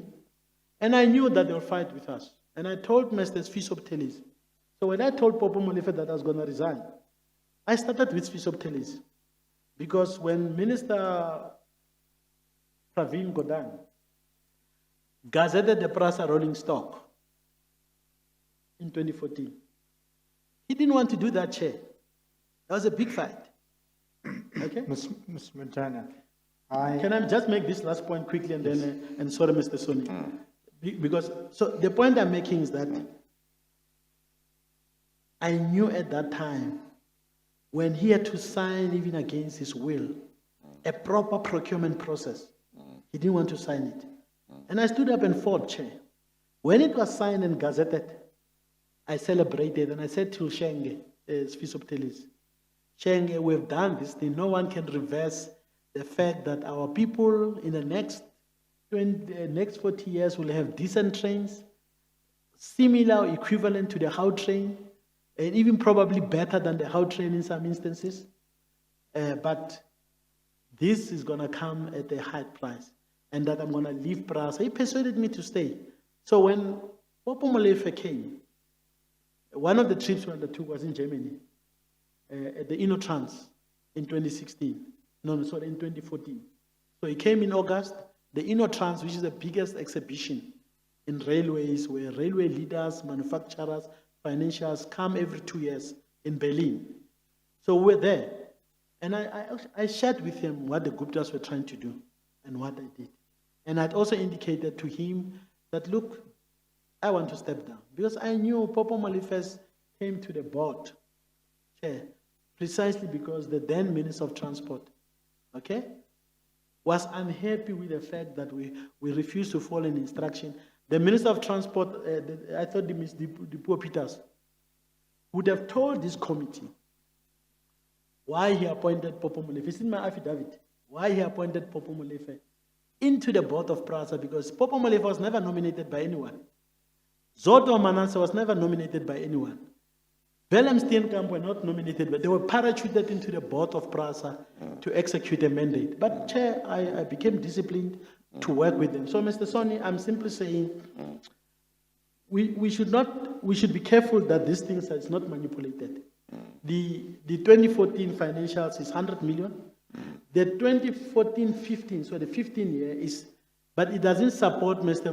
Molefe's thing in the affidavit, because he's talking about when there was a delay and them as a new board had to deal with approve the financials for a period that they were not board members, Chair, which was 2014, and the delay was caused by accounting treatment. 500 counts for the 2015 financial year, and it's based on gross misrepresentation and holding back critical information on 2014-2015, so that we can increase the 10% for various months. The higher irregular expenditure, the higher the 10%, the value of 10% for various months.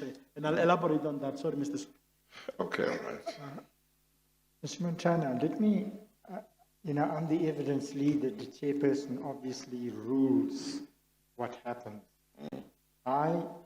You know we've got a lot to go through. This is what I'm going to suggest, and I really do not want you to misunderstand. I want to go through, and I said to you the process I was using. Everything you have said is relevant, and I'm not taking that away. Let's put it in the right place, because there is another issue. As you were talking, I was just thinking, how does the chairperson, when he's writing his report, put the various parts that you are talking in a logical way?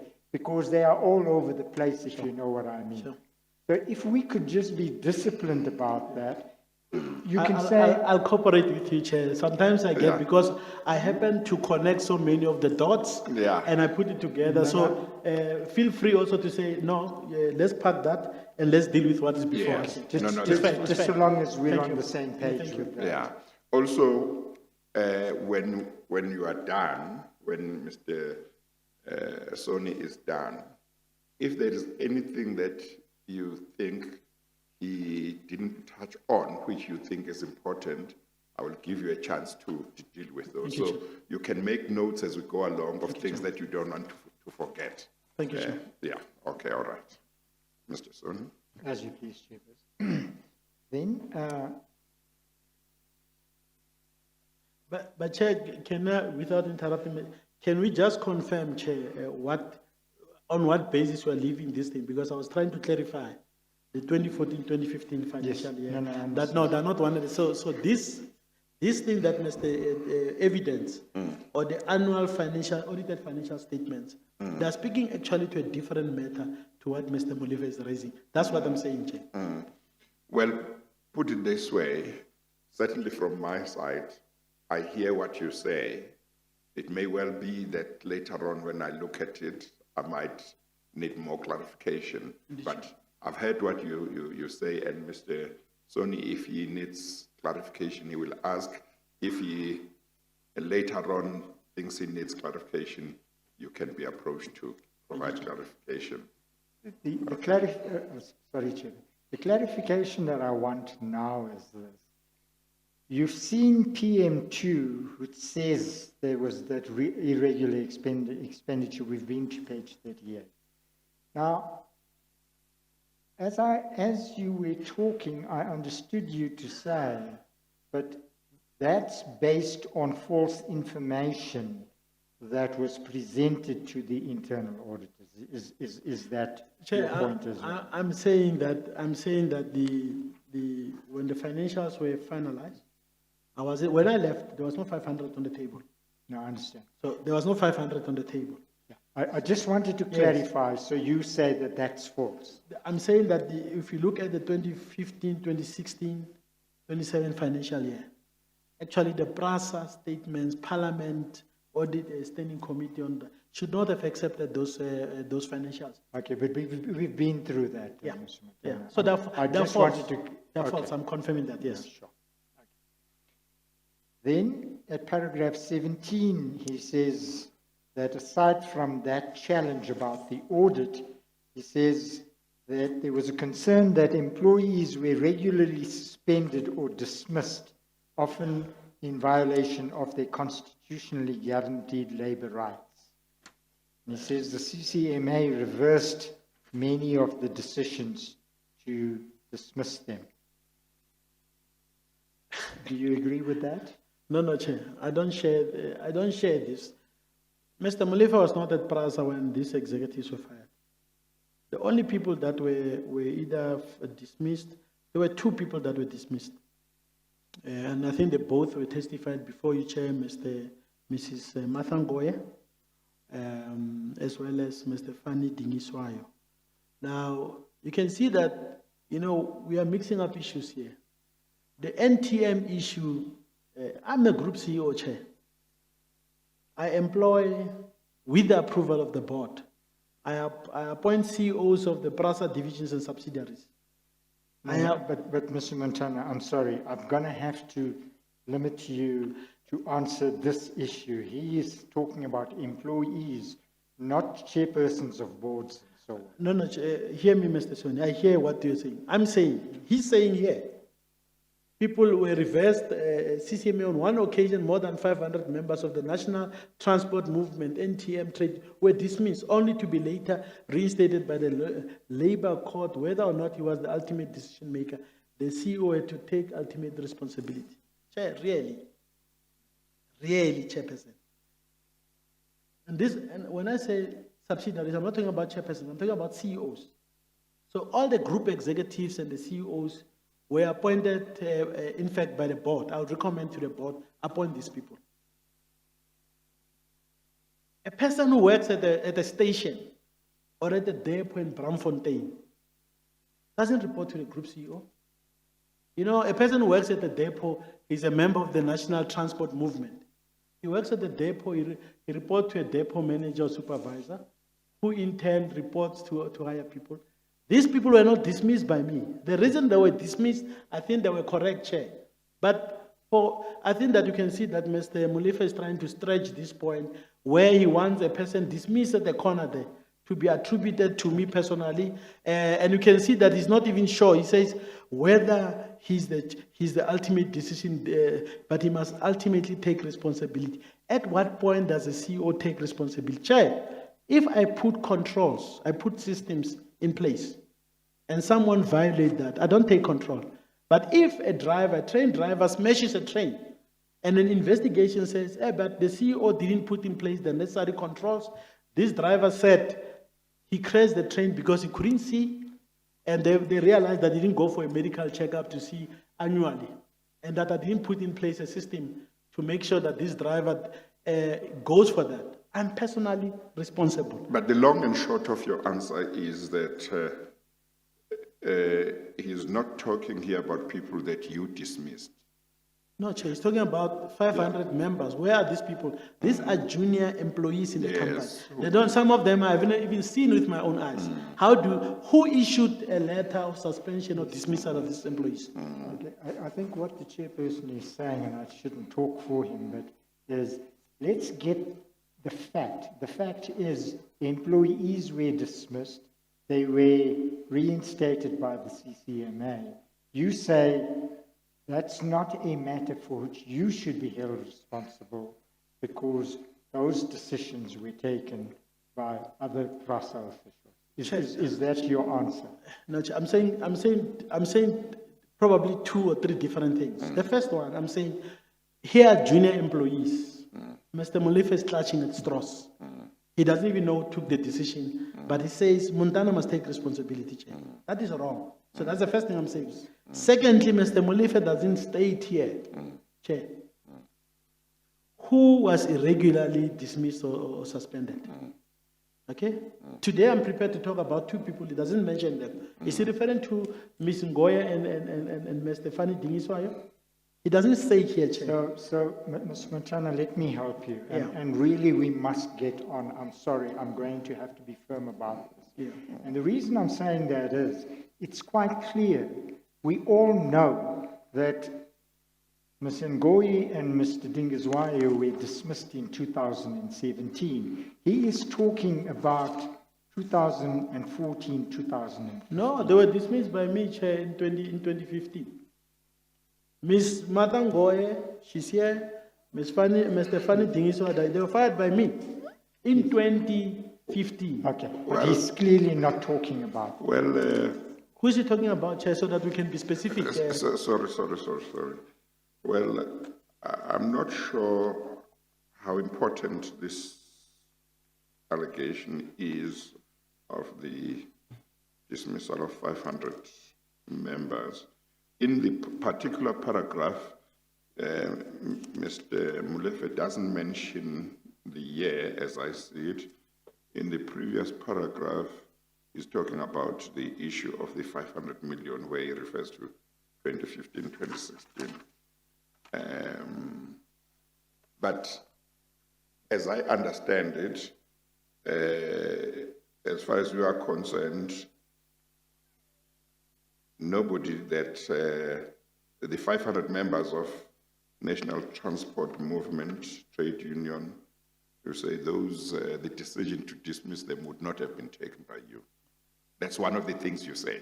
Yes, Chair. But Yes. Chair, can I ask you to address you for 1 minute on this Yes, issue? yeah, no. Because I that's think fine. the State Capture Commission, Yeah. the workers that were dismissed and the country needs to understand what actually has happened. We just spoke about the 500 million that goes to 14 billion rands to try and present a particular picture. Let me explain to you what happened, Chair. The NTM members, those employees, they were dismissed by PRASA, number 1. They went to court, to the labor court. They lost, Chair. That's the first issue. They lost. And you know what happened? I was still there. And for me as Group CEO, even though I didn't participate in their dismissal, because here, it is people that were on during strike action, there was a burning of trains and everything. I had to show the courts how much we have lost as a result of this an unlawful strike where assets were destroyed. PRASA won the case, Mr. Son.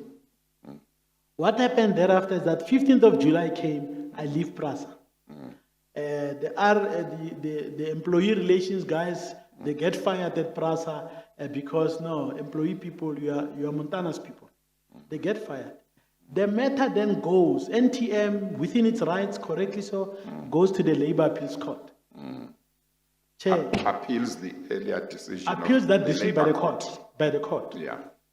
Chair, you must go and see. So they win that appeal.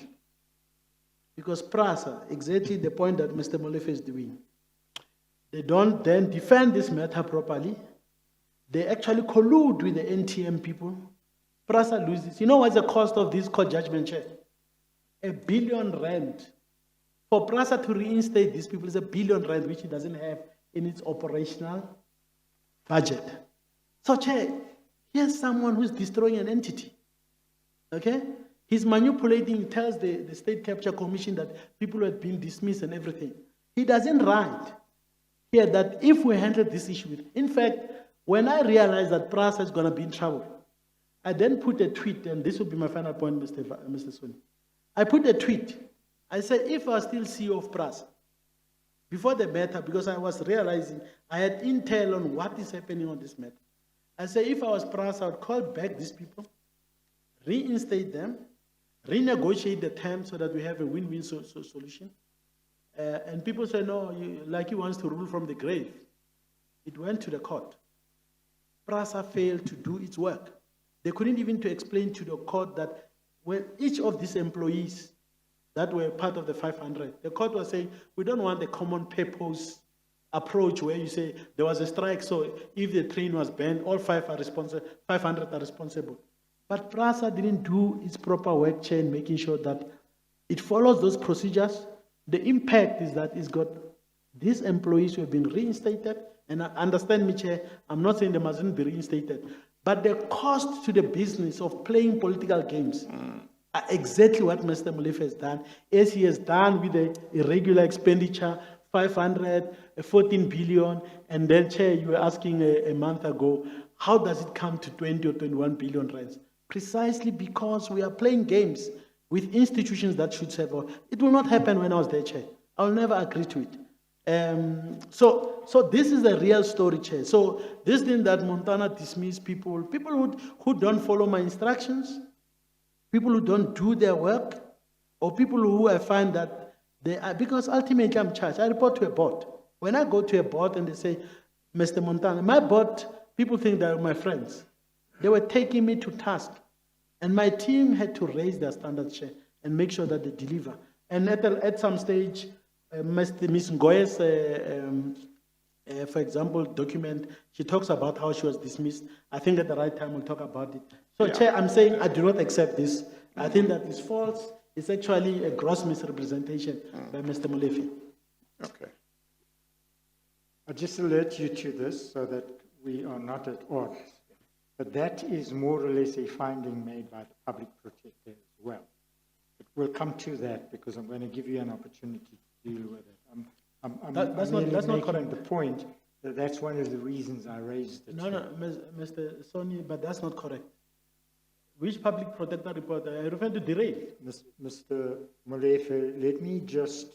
I'd love to be Mr. Molefe, Mr. Soni. Yeah. Yes, Mr. Montana, let me just say to you, can we please make progress? You are saying you want to assist the Commission. I have to insist that we do things in a structured way. I'm not stopping you, but I didn't want to leave that point without saying to you we are going to return to it.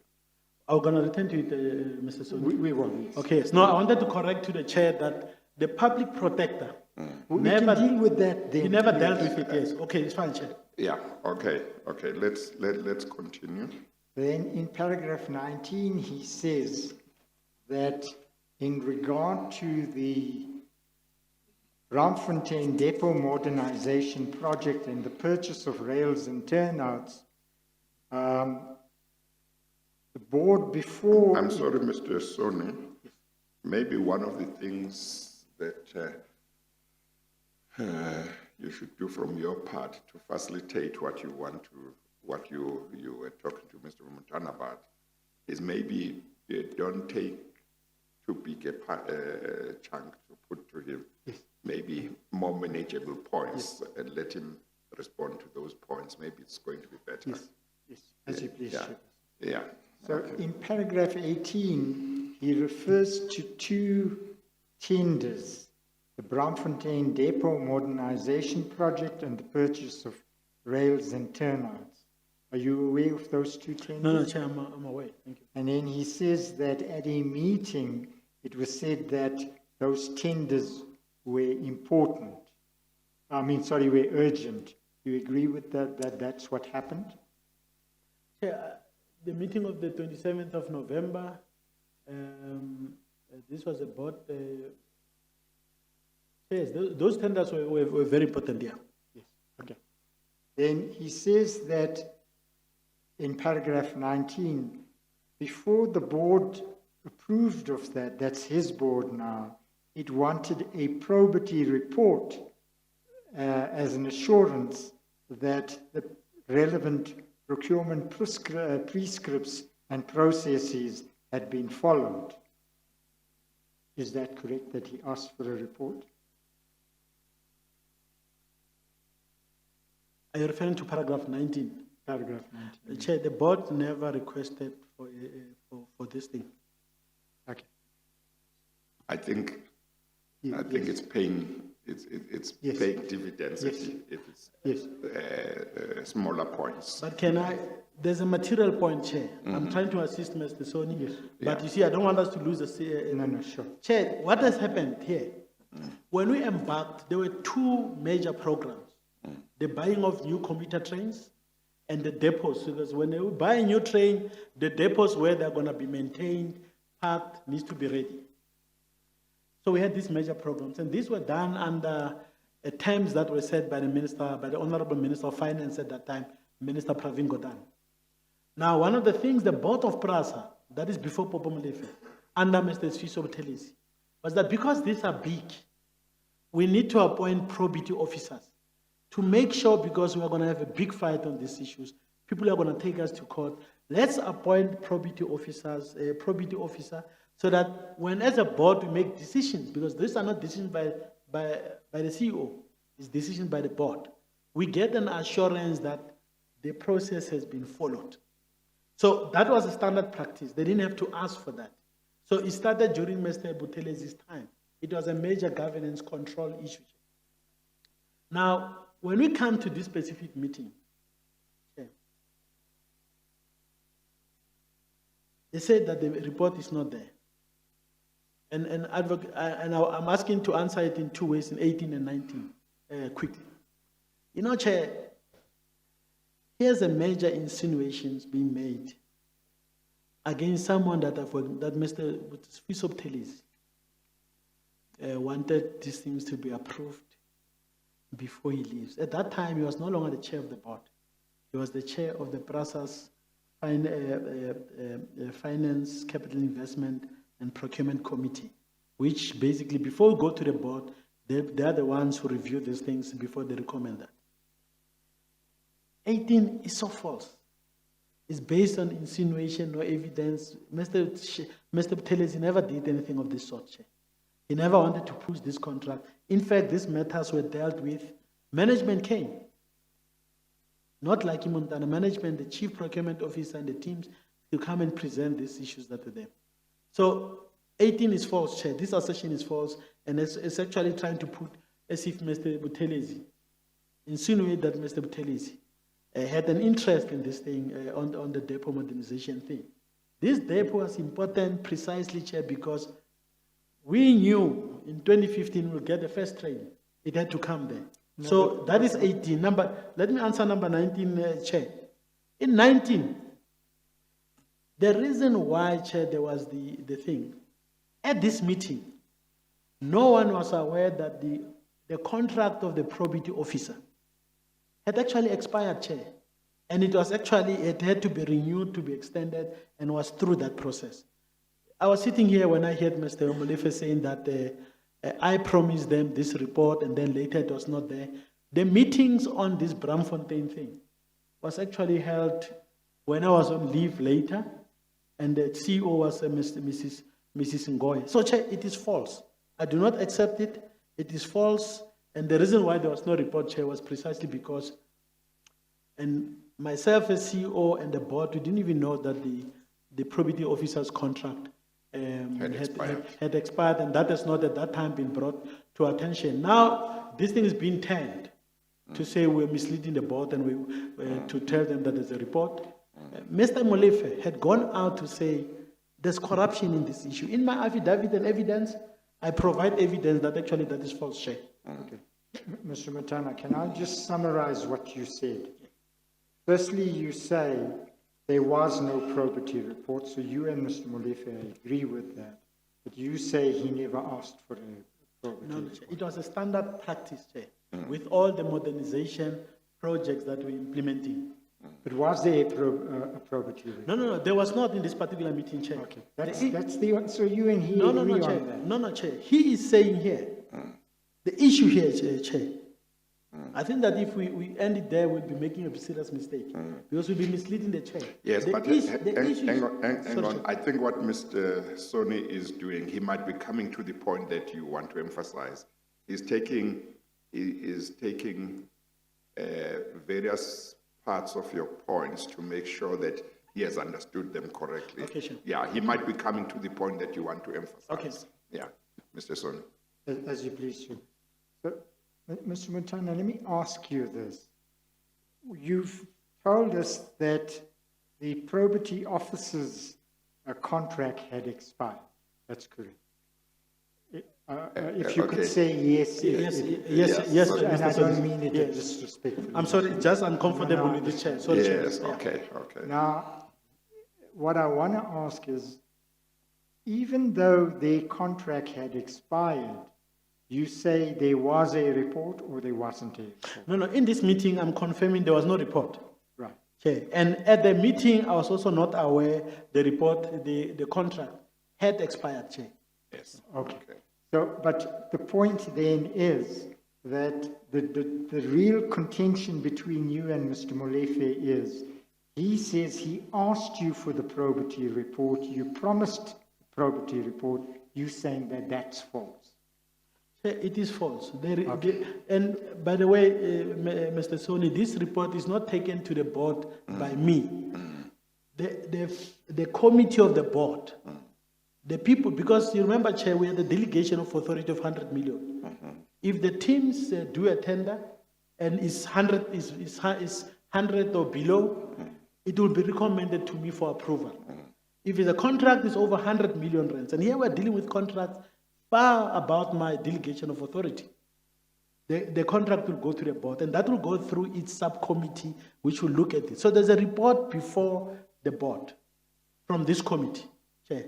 So I'm saying at that time, materially, both the board and I didn't even know that the contract existed. There was no report.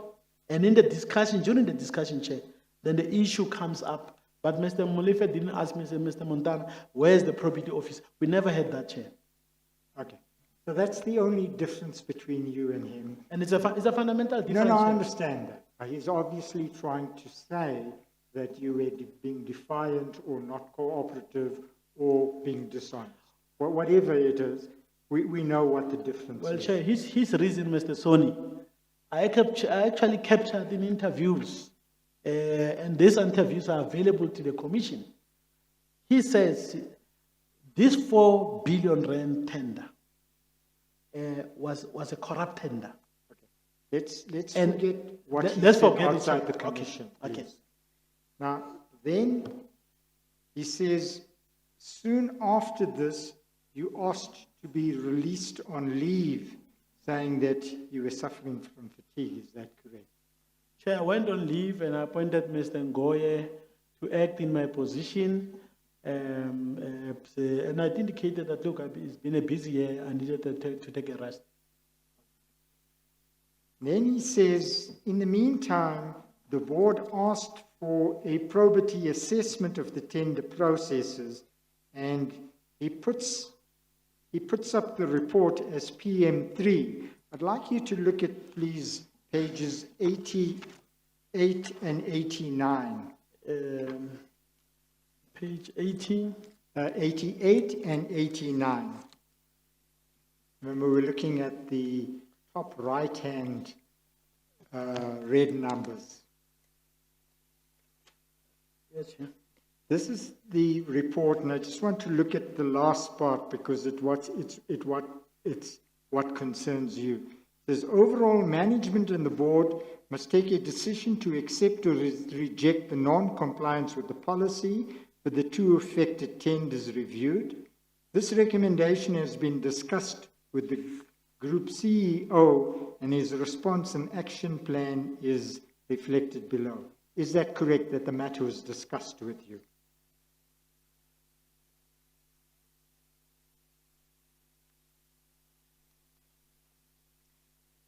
Yeah, Chair, this report was presented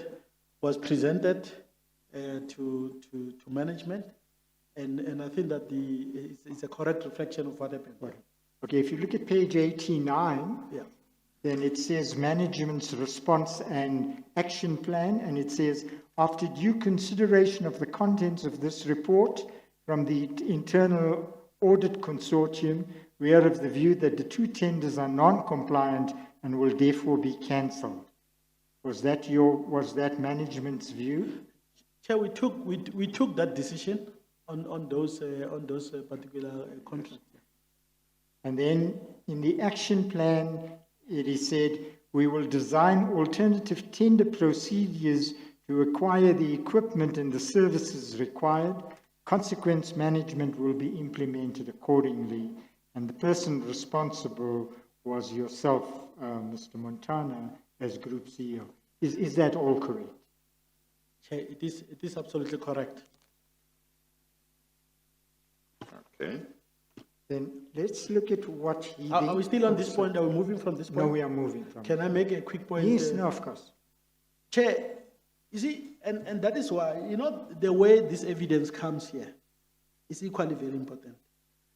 My annexures, Mr. Soni, to this matter, actually I present the interaction between PRASA and the what is called the probity officers, okay?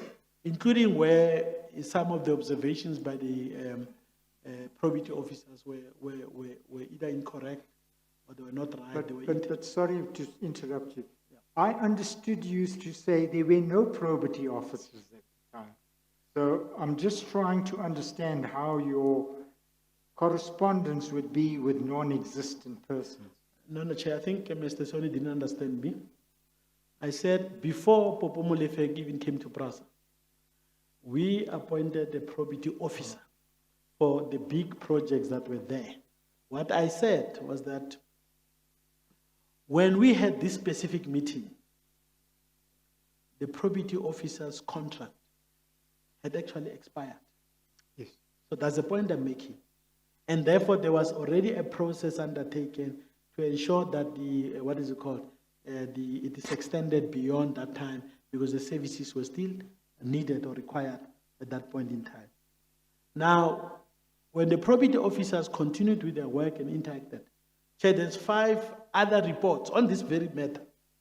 And I would want to urge the Commission that don't base this thing on only this report, because actually there was even areas where there was consensus between management and the probity officers on what needs to be done. And by the way, I attached this very report, Chair, and I quote, go back to page 88, Mr. Soni. I quote, it says, probity officers, they say, overall, management and the board must take a decision to accept or reject the non-compliance with the policy for the 2 affected tender reviews. Yeah? Now, Chair, these are professionals. If they knew that this tender is corrupt, they'll never make that recommendation. They'll say it's a corrupted tender. So throughout the documents that I've reviewed after Mr. Molefe had been making assertions of corruption, none of the reports, Chair, on Bramfontein, on the other, because non-compliance and irregularity, Chair, I want to come back to that principle. It's not corruption. And here are the auditors saying, we are picking up areas of non-compliance. For example, one of them, I want to point 13. We advise that there should be a workshop for the CFCF, which is a cross-functional sourcing committee, prior to the sitting for evaluation to ensure that there is guidance for them around the scoring criteria for consistency. So they're identifying an important control issue to say that if members of the CSFC cannot score in a proper way and there's no consistency, then there's going to be a problem with this tender. They're not saying there's corruption. Then Mr. Molefe runs. You must answer my questions. I'm sorry, Mr. Montana. But I'm not dealing with what Mr. Molefe said. I'm dealing with what is in this affidavit, and that's all I'm asking you about. Yes, but in this affidavit... I'm sorry, what was the question, Mr. Just remind me, Mr. Soni? The question was, does he accept what is reflected at pages 88 and 89 of the report? And he said he accepts. He said he accepts it. Then Yes. he says, are we finished with this point? Because I want Yes. to come back to it. Yes. And the fact is, nowhere in any of this process, Chairperson, is there any allegation of corruption. Now, I have full sympathy for Mr. Montana wanting to say, but just accept that even if it was non-compliant, it doesn't mean it was corrupt. And that must be placed on record, but we can't go on revisiting documents that are before us, Chairperson, because it will be an endless process. Yes, but Mr. Montana, what was the point you wanted to add? Just let me hear Chair, I think what we're the missing point each was. other. I think we're missing each other with Mr. Yes, Soni. you may be. I Let just me want- explain, Mr. Soni, because Yeah. I don't want us to fight about, Yes. About unnecessary things, but, Yes. but they're very important. Yes. You see, Mr. Soni presents, he has a report, Chair. He's presenting it to confirm what Mr. Molefe presents, states in his affidavit. So these are annexures, they're not Mr. Molefe's thing. Now, if you look at this fact, and you look at The both, affidavit. both the affidavit as well as the testimony, so we need to have the transcript, Chair. Mr. Molefe, actually, in the transcript, he goes in much greater detail. So it is not evidence in the newspapers or in the media. It's what he said when he first testified. He said, Braamfontein, there was corruption and everything, Chair. Oh, that's why you then. That is deal with why, that Chair, because point. it's in the transcript, he's actually suggesting in the testimony here that there was wrongdoing on the part of, and that is why even the insinuation I dealt with. Sfiso wanted this thing to be dealt quickly and leave PRASA, and then the spoils of Versailles start to flow, Chair. And I cannot leave that point because this thing here, Chair, auditors, I mean, I think that I will report them to their professional body if they found corruption, but they still say it is the board and management that must decide whether to accept it. They are talking about a compliance issue, not a corruption issue. Yeah, no, I think that it's a fair point for Mr. Montana to make if he says, in connection with this transaction, in his oral evidence, Mr. Molefe said this was corruption. But when you look at the documents he relies on, they don't support the allegation of corruption. They just say it's non-compliance. And you can accept, Mr. Montana, that both Mr. Soni and I understand the difference between something that's irregular, because sometimes it's irregular, but there is corruption, but sometimes there is no corruption, it's just irregular. So you can accept that, that we accept, And we must accept that Mr. Montana must place on record Yes. that what is before us now, Yes. there is no suggestion of corruption. To the Yes. extent that Mr. Molefe Yeah. indicated that there's corruption, Yes. he denies that. Yeah, no. And we want to hear what you have to say about this thing. So the only difference is that we might just go in a certain order, but in the end, where you feel that there is a certain context that might be lost, us to make the point. And then if we think it should be made later, we'll talk. But in the end, you will get a full opportunity to make the points you want to make. Chair, I'm smiling because, you see, in the ANC underground, my job was not to carry firearms. It was on propaganda. And always say something that matters, that materially affects the people. And I said, I earlier on indicated about the NTM thing, which I said was a lie. Let me explain to you what this thing means, Chair, so that this commission has an appreciation of what it means in concrete terms. Chair, when this tender was cancelled on Braamfontein, The president went to Nigel and Danata, where we built a factory. Not any other person, us. Okay? This modern factory to build trains. The trains, Mr. Sony, they start to come into the system. 5 years, 6 years after I've left, Chair. Despite the fact that the money was there, PRASA has not been able to build a single depot. Okay? Chair, what it means is that as trains are chanting, they can't even be deployed. Umama is aware too. Or Kwamashu, or in Kailicha, or in Bontiever, is actually not able to get the benefit of this investment. Because these trains can be used. And so I think that when you play political games, this is the result of what you have. Chair.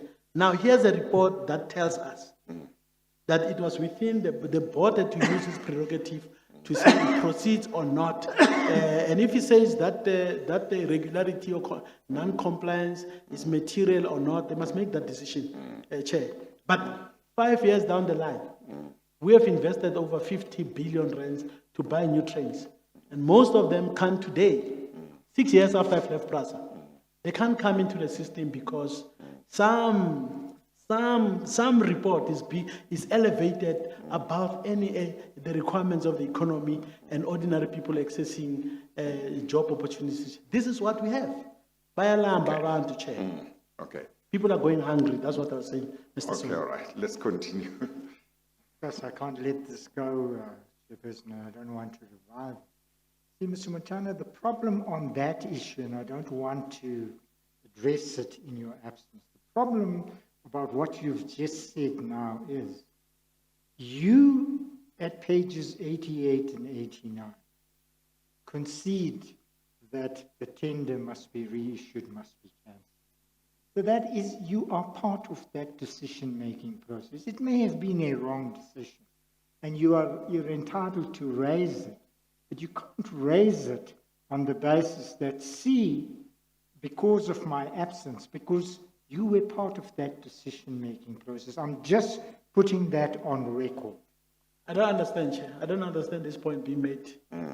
Okay, I don't I've understand made my point. Can we? No, not because I reject it. I'm just saying I can't follow. Yes. I can't follow what Mr. Soni is saying. That's the Yeah. point. Well, maybe just repeat it, Mr. Soni, because I wasn't sure also. Yes. Just repeat it. As I understand the last bit you said, on account of this report, we are losing billions of rand. Is that correct? No, I'm not saying that. Oh, okay. I'm not Then saying I that. misunderstood. No, I'm not saying that. I'm Okay, simply then- saying, I'm simply saying that here's a report which has got a whole range of other facts and information to it. A tender is cancelled, Chair, and somebody, of course, tells the commission about how irregular, lack of controls, and all sorts of things. And then 6 years down the line, I'm not saying I was there, but when the board took a decision on the 23rd of December 2014, Chair, Matangoy was acting in my position. I was not at PRASA. I was not there. But I'm not disowning that decision. I was the CEO of PRASA, and you'll see in my statement and in my affidavit, I say I come before this commission to take accountability, and I take full responsibilities. And Chair, you know this thing, I happen to know it from the tip of my hands. When somebody plays games, like what is happening with this affidavit, I know and I'll be able to point it. And in this instance, I'm saying, Chair, I'm still repeating, Mr. Soni, Popo Molefe didn't assist the commission. Actually, was trying to drive it towards a particular direction. And one of the things I should be able to do is to assist the commission to get the true facts. The chairperson will assess based on what he has said, based on what I said and the evidence, and come to a determination. Chair, I would respect that. No, that's fine. At paragraph 23, Mr. Molefe says that as a result, and I know you've disputed the fact that he asked for the probity report, or that Mr. Buthelezi tried to push this. That's the point he makes at paragraph 21. At paragraph 23, he says that he was of the view that there was too much power concentrated in the office of the CEO. You don't have to, I'm just placing that on record. And then he says, if you look down about 4 lines or 5 lines, accordingly, the board withdrew from Mr. Montana chairpersonships of the subsidiaries and appointed chairpersons from within respective subsidiaries to lead them. Did that happen? Yeah, when I left PRASA, I was still the chair of the Intersite and Autopex, which was subsidiary. Don't speak too far away from the mic. Sorry, Chair. I'm saying when I left PRASA, I was the chair of the 2 subsidiaries. Group CEO, I chaired. There's a good reason for that, Chair. So this is a view that Popo Molefe is advancing. I want to ask Mr. Soni, 23. Yes. Paragraph 23. Paragraph 23, Chair. I want to make 2 points, because these are fundamental to the collapse of PRASA today. And I want the Chair to have an appreciation of that.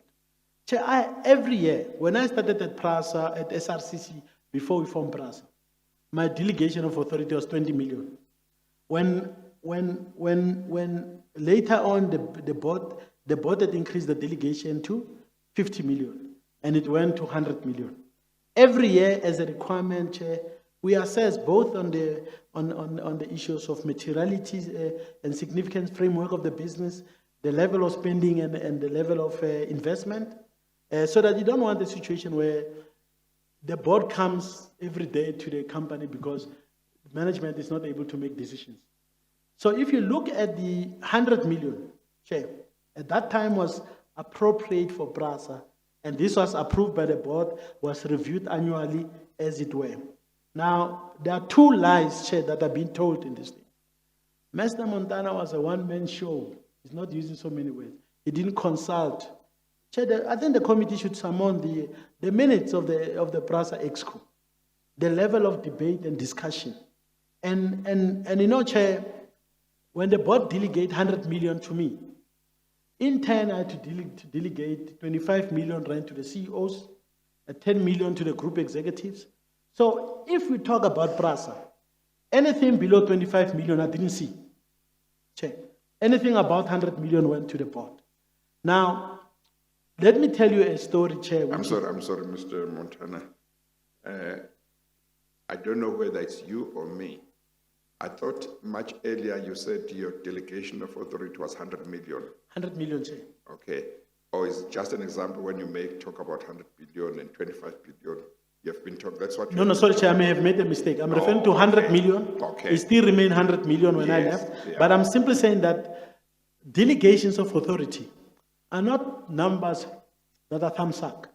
They are made because of you want operational efficiency, you want decision making. But still the board can abdicate its responsibilities. That is why even if a contract is 5 million, they pick up that there's a problem. The board says, CEO, not even in your delegation of authority, but in the delegation of authority down there, something wrong is happening. So delegation doesn't mean abdication, Chair. It's very important. Secondly, I'm saying, Chair, that I wanted to tell you a story how this issue, what Popo Molefe and them did at PRASA, because of this thing in 23. And it's part of the annex charts I submit, Chair.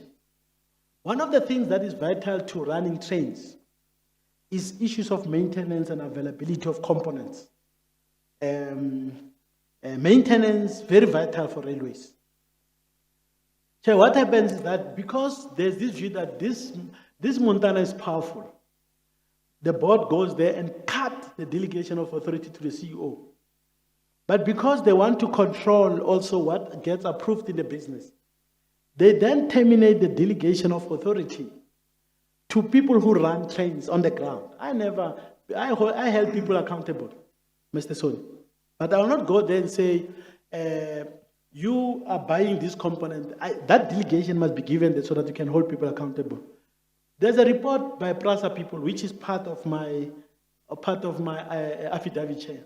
It actually shows that the reason why the number of available trains had collapsed in the country is because people in the depots are not actually able to buy even the smallest space because everything is approved at the head office.